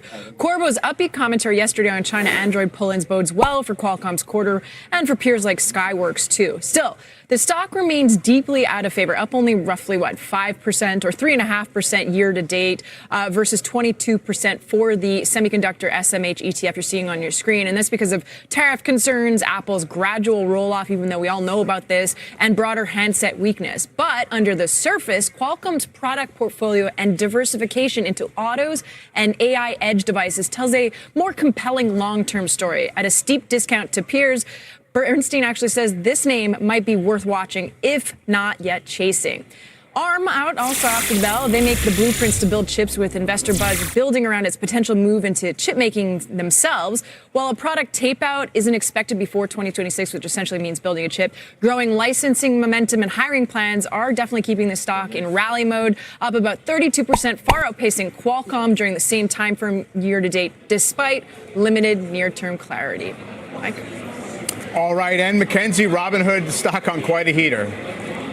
So, Mike, after a 400% rally over the past year, Robinhood heads into earnings as the best performing large cap U.S. tech stock. Yet it remains shut out of the S&P 500. Even as smaller peers like Coinbase and Block made the cut.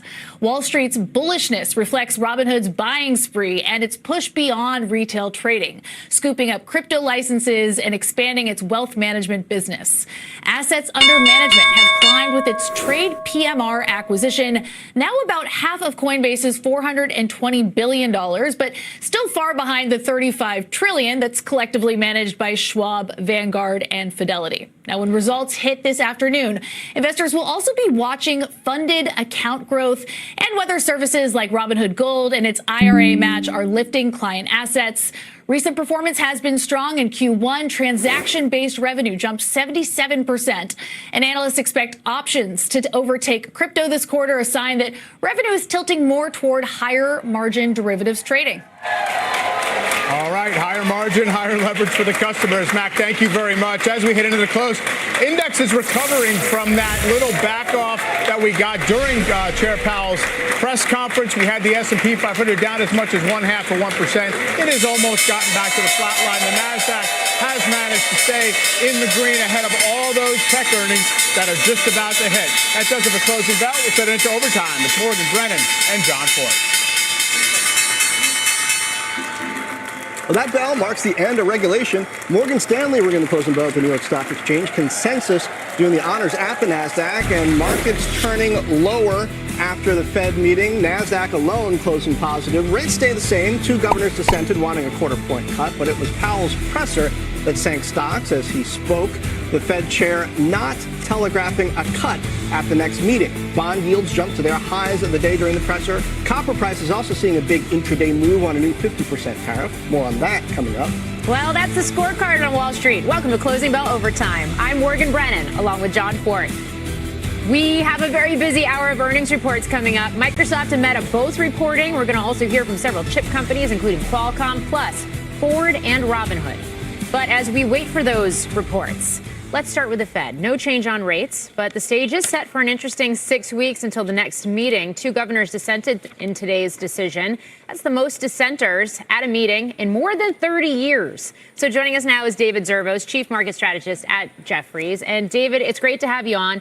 John just mentioned it, the fact that you saw bond yields tick higher as Fed Chair Powell spoke. You saw stocks sink, although they came back a little bit here into the close.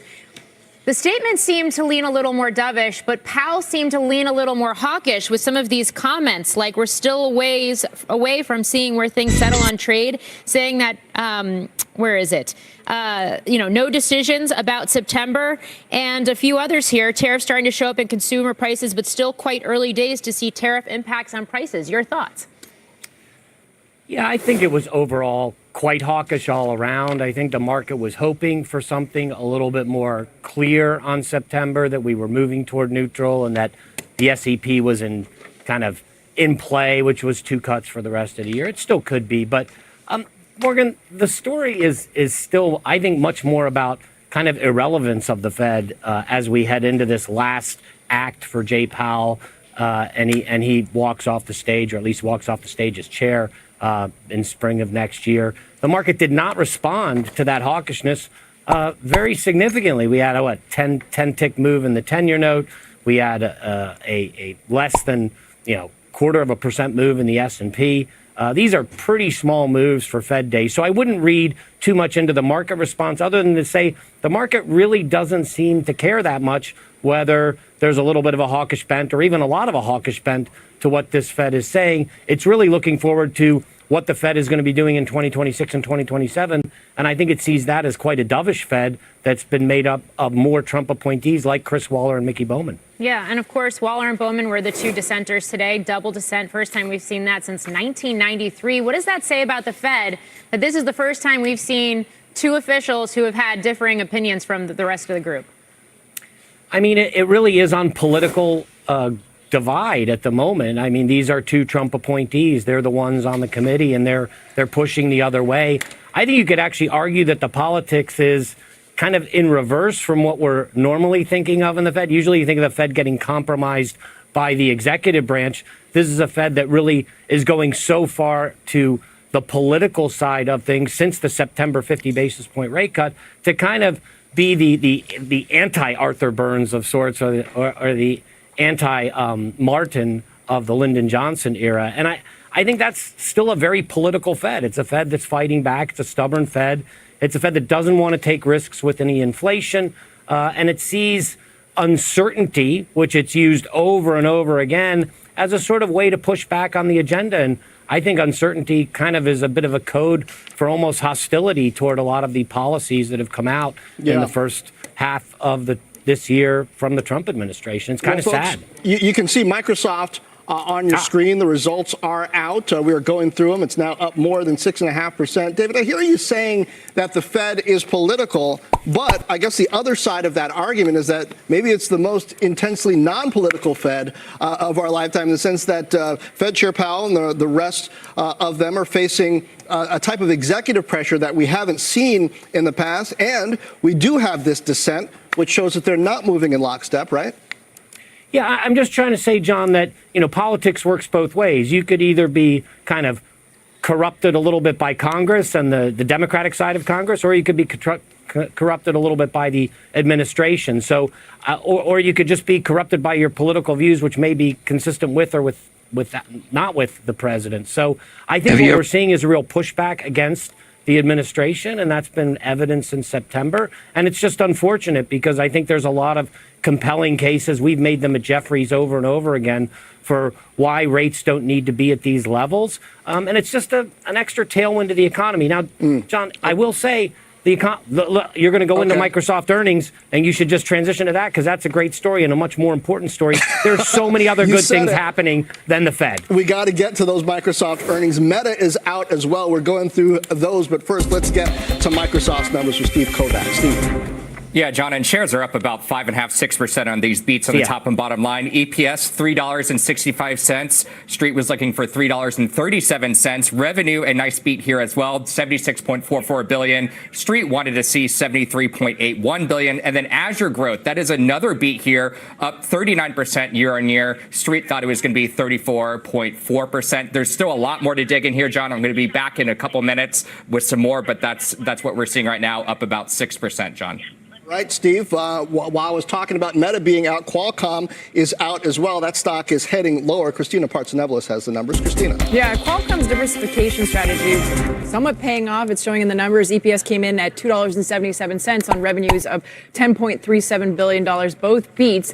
We did see strength in automotive as well as IoT, which would include things like smart glasses, for example, and it helped offset ongoing smartphone weakness. So there was a concern. There was also a new Q3 data point, which encompasses chip segment sales from customers excluding Apple. Well, that segment grew 15% year over year. Looking ahead, though, the Q4 revenue midpoint came in at $10.7 billion, which was above expectations, driven by solid chip demand, with EPS guidance also coming in higher.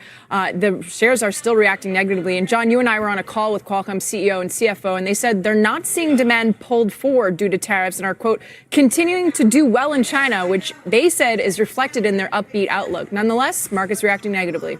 Yeah, Christina, lately it's been taking significant beats sometimes for stocks to move higher in this environment. I guess you could argue that Qualcomm was in the range with its beats when there are beats within these numbers, but they did sound positive on a number of those things, as you mentioned. Handsets a little on the weaker side, but IoT, which includes those Meta glasses, some of the standouts, more coming. Thank you. Thanks. Where are we going next? We're going to Meta because the earnings parade is continuing. Those earnings are out. Julia Borson has the numbers. Morgan, Meta beating expectations on the top and bottom lines and also in terms of daily active users. Earnings of $7.14, far ahead of estimates of $5.92 per share. Revenues of $47.52 billion, ahead of estimates of $44.8 billion. Worth noting here that revenue growth accelerated. Analysts were expecting revenue growth to decelerate from 16% in the first quarter to 15% in the second quarter, but instead it accelerated to 22%. Daily active users, 3.48 billion, ahead of estimates of 3.45 billion. The company also guiding to third quarter revenues in a range ahead of estimates. Third quarter revenues expected in a range of $47.5 billion to $50.5 billion. The midpoint, $49 billion. That compares to an estimate of $46.14 billion. It is worth noting here that the company, though it doesn't give guidance for fourth quarter revenue, does say they expect the year-over-year growth rate in the fourth quarter to be slower than the third quarter, given that they're lapping a period of stronger growth. Shares are now up 8.5%. I'm going to continue to dig in here, and we'll be back to you with more. All right. Julia Boorstin, thank you. We've got Robinhood earnings as well. Mackenzie Sagalos has those numbers. Hi, Mac. Hey, Morgan. Robinhood shares are moving higher in after-hours trading, up more than 4% after beating Wall Street expectations for the second quarter. The company posted earnings of 42 cents a share, above the 31 cents that analysts expected, and revenue of $989 million versus the $908 million estimate. Revenue jumping 45% from a year ago, while net income more than doubled to $386 million.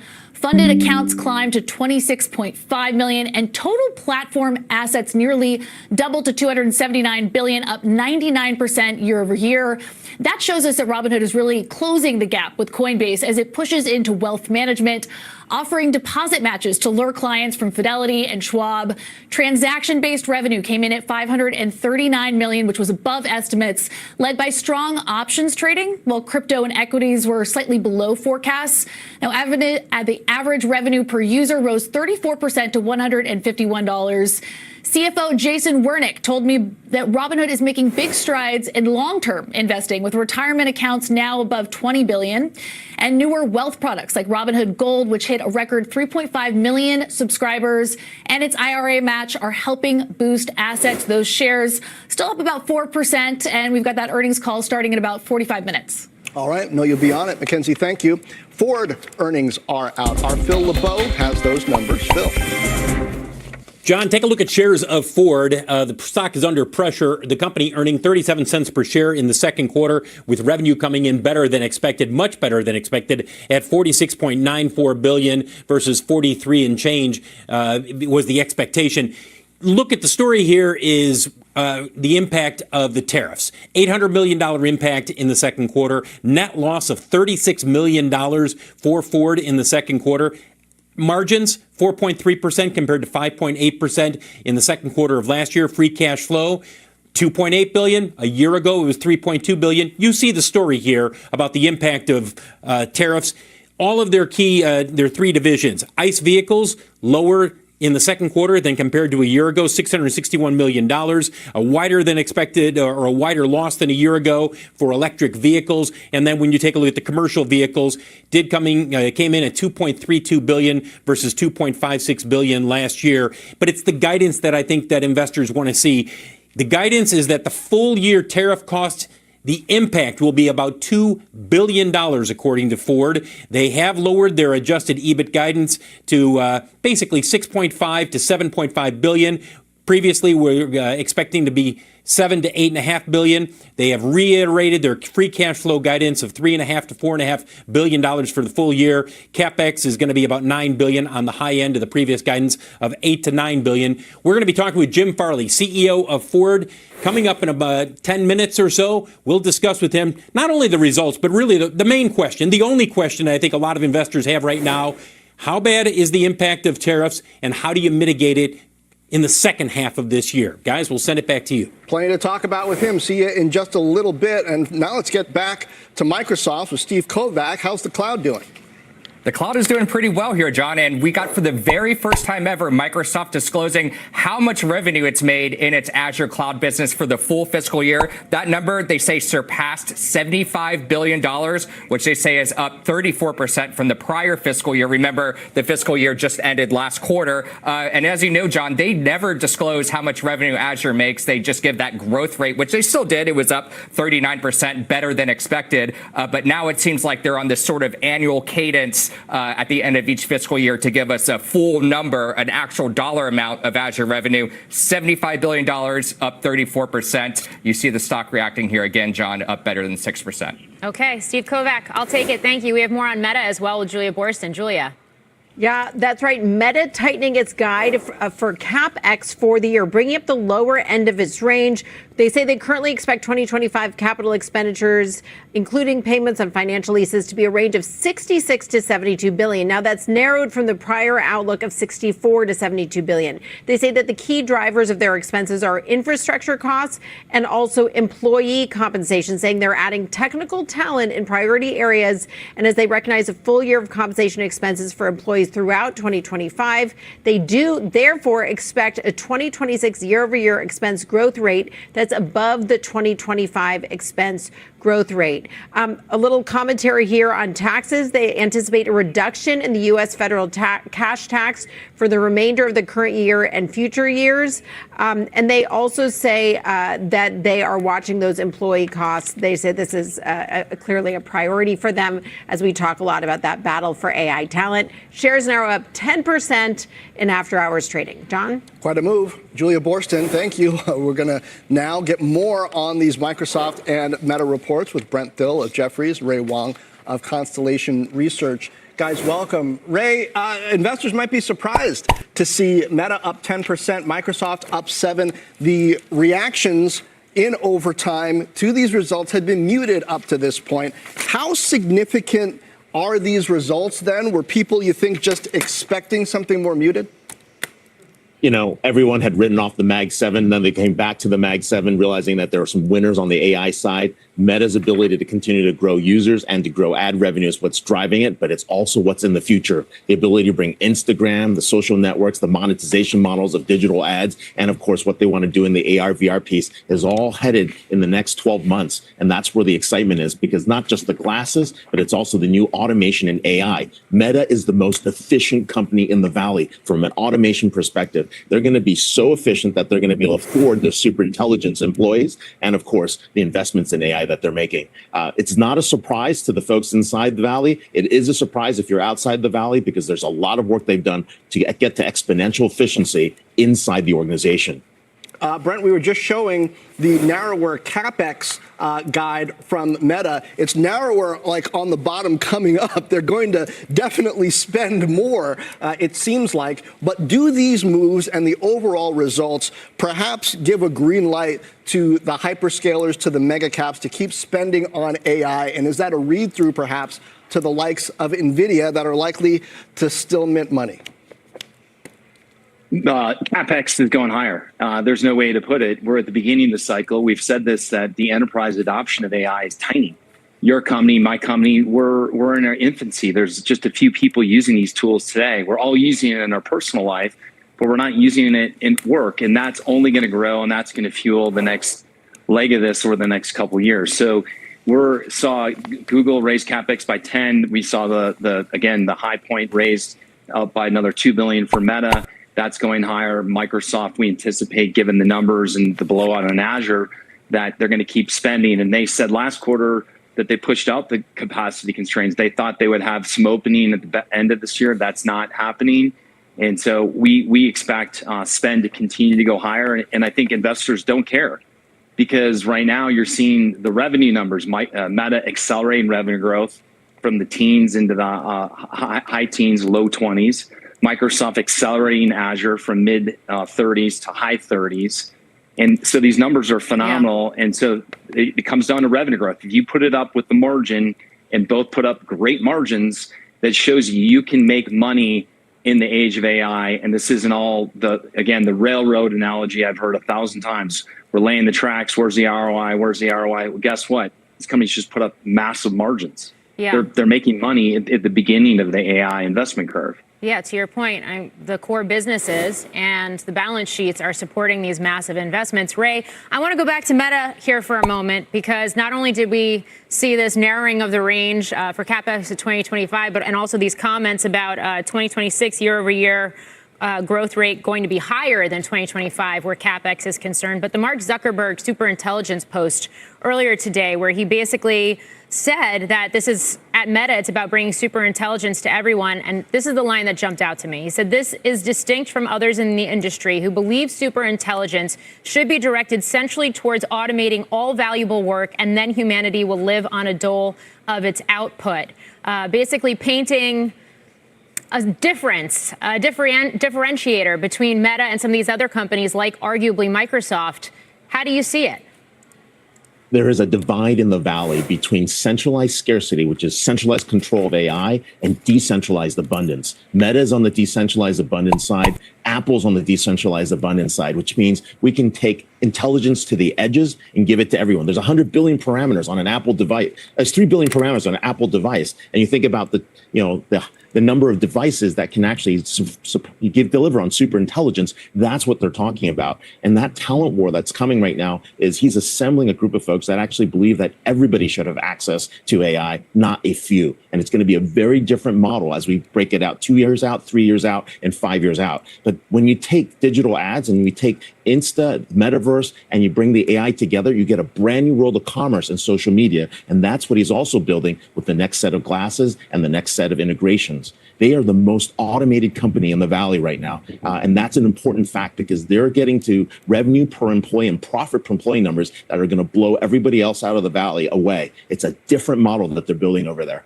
Yeah, and certainly the stock's reflecting it right now, up 9.5%. Brent, whether it's accelerating cloud numbers here with Microsoft, whether it is the beat from Alphabet last week, what does it say about the broader cloud ecosystem here and what we should expect from Amazon tomorrow? Amazon should see acceleration. Their Street's looking for 17% growth. They put up 20% backlog, which is a lead indicator of growth. So we would anticipate that 17 is safe, and hopefully they can put up a little more. They've been putting up really big margins, so I think everyone's hoping they fuel some of the big margin upside back into the investment, because I think most would vote that between Meta, Microsoft, and Amazon, that Amazon still has a little more to show in AI, a little more excitement in what's the next killer app that's going to drive. It can be compute, and everyone can keep driving compute to Amazon, but I think they have to show a little more excitement to investors to get them excited. The stock's really lagged.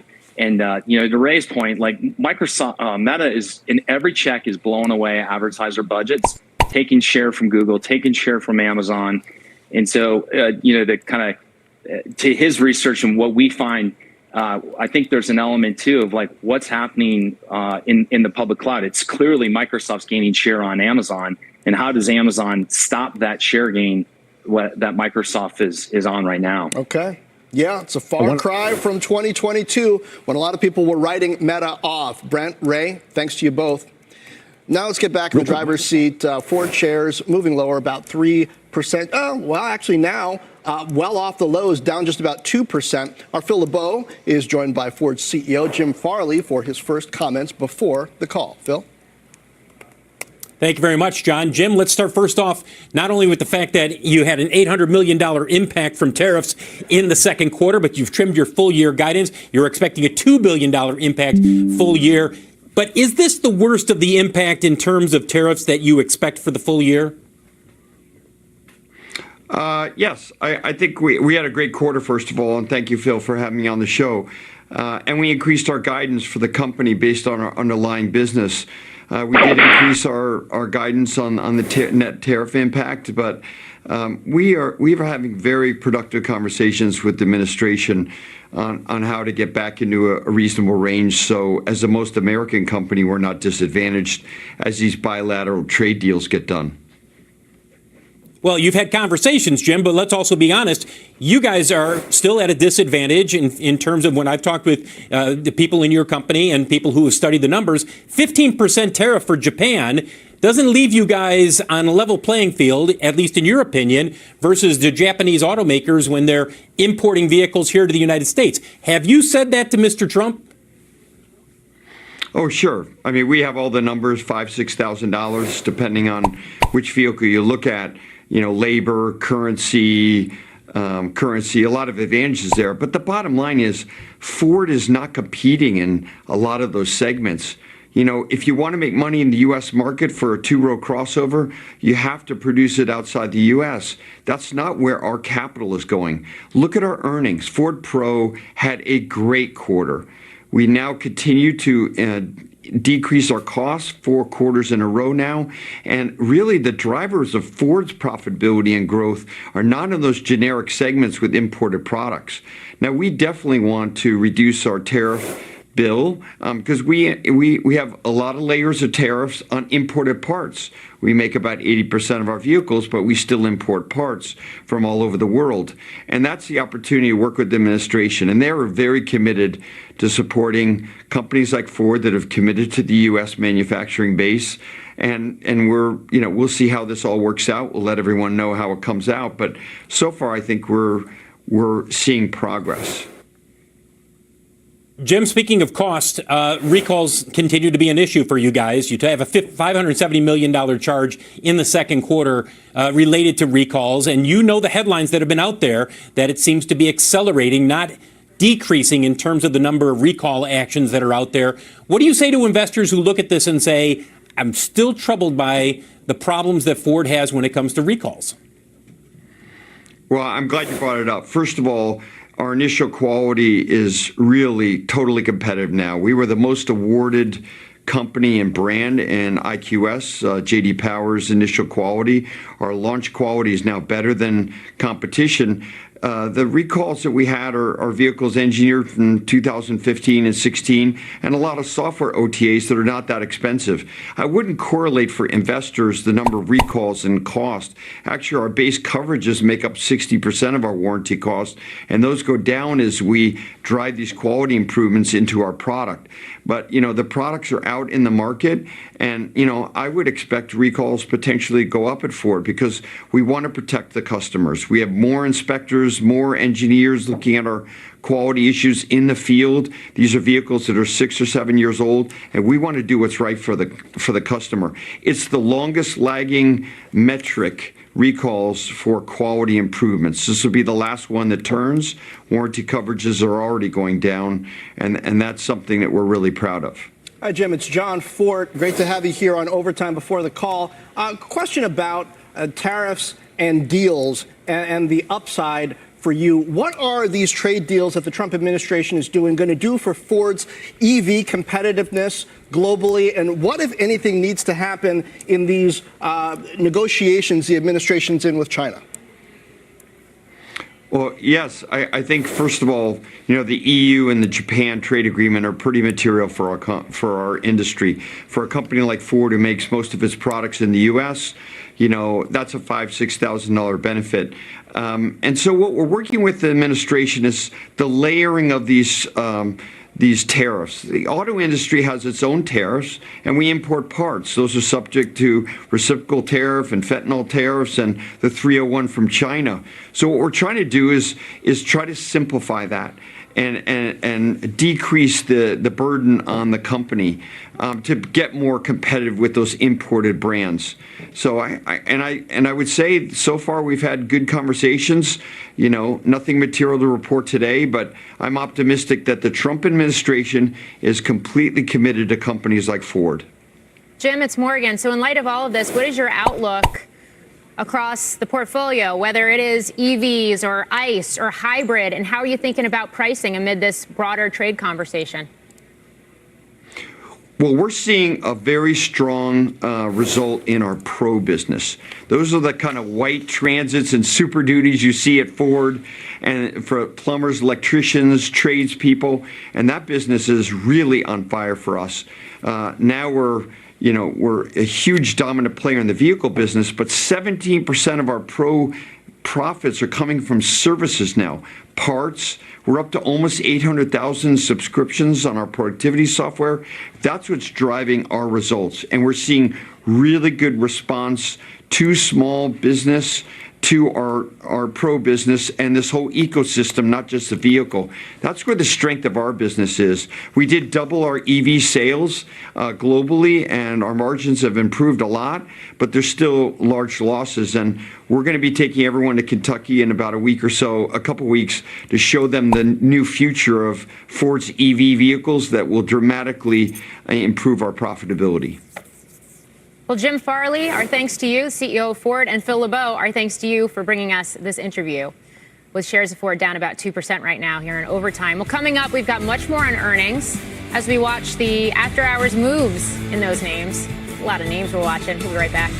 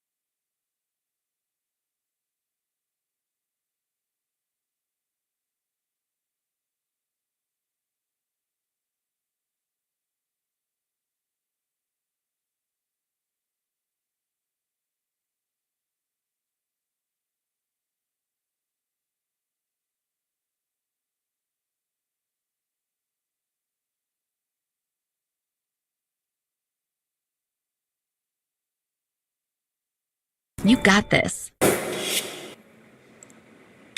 Stocks did slip on Fed Chair Powell's comments this afternoon, but now in overtime, things are already looking up for tomorrow. Microsoft and Meta up 7 and 10% respectively here in overtime, both beating on earnings and revenue, and the street liking guidance from both as well. Also watching results from F5 networks.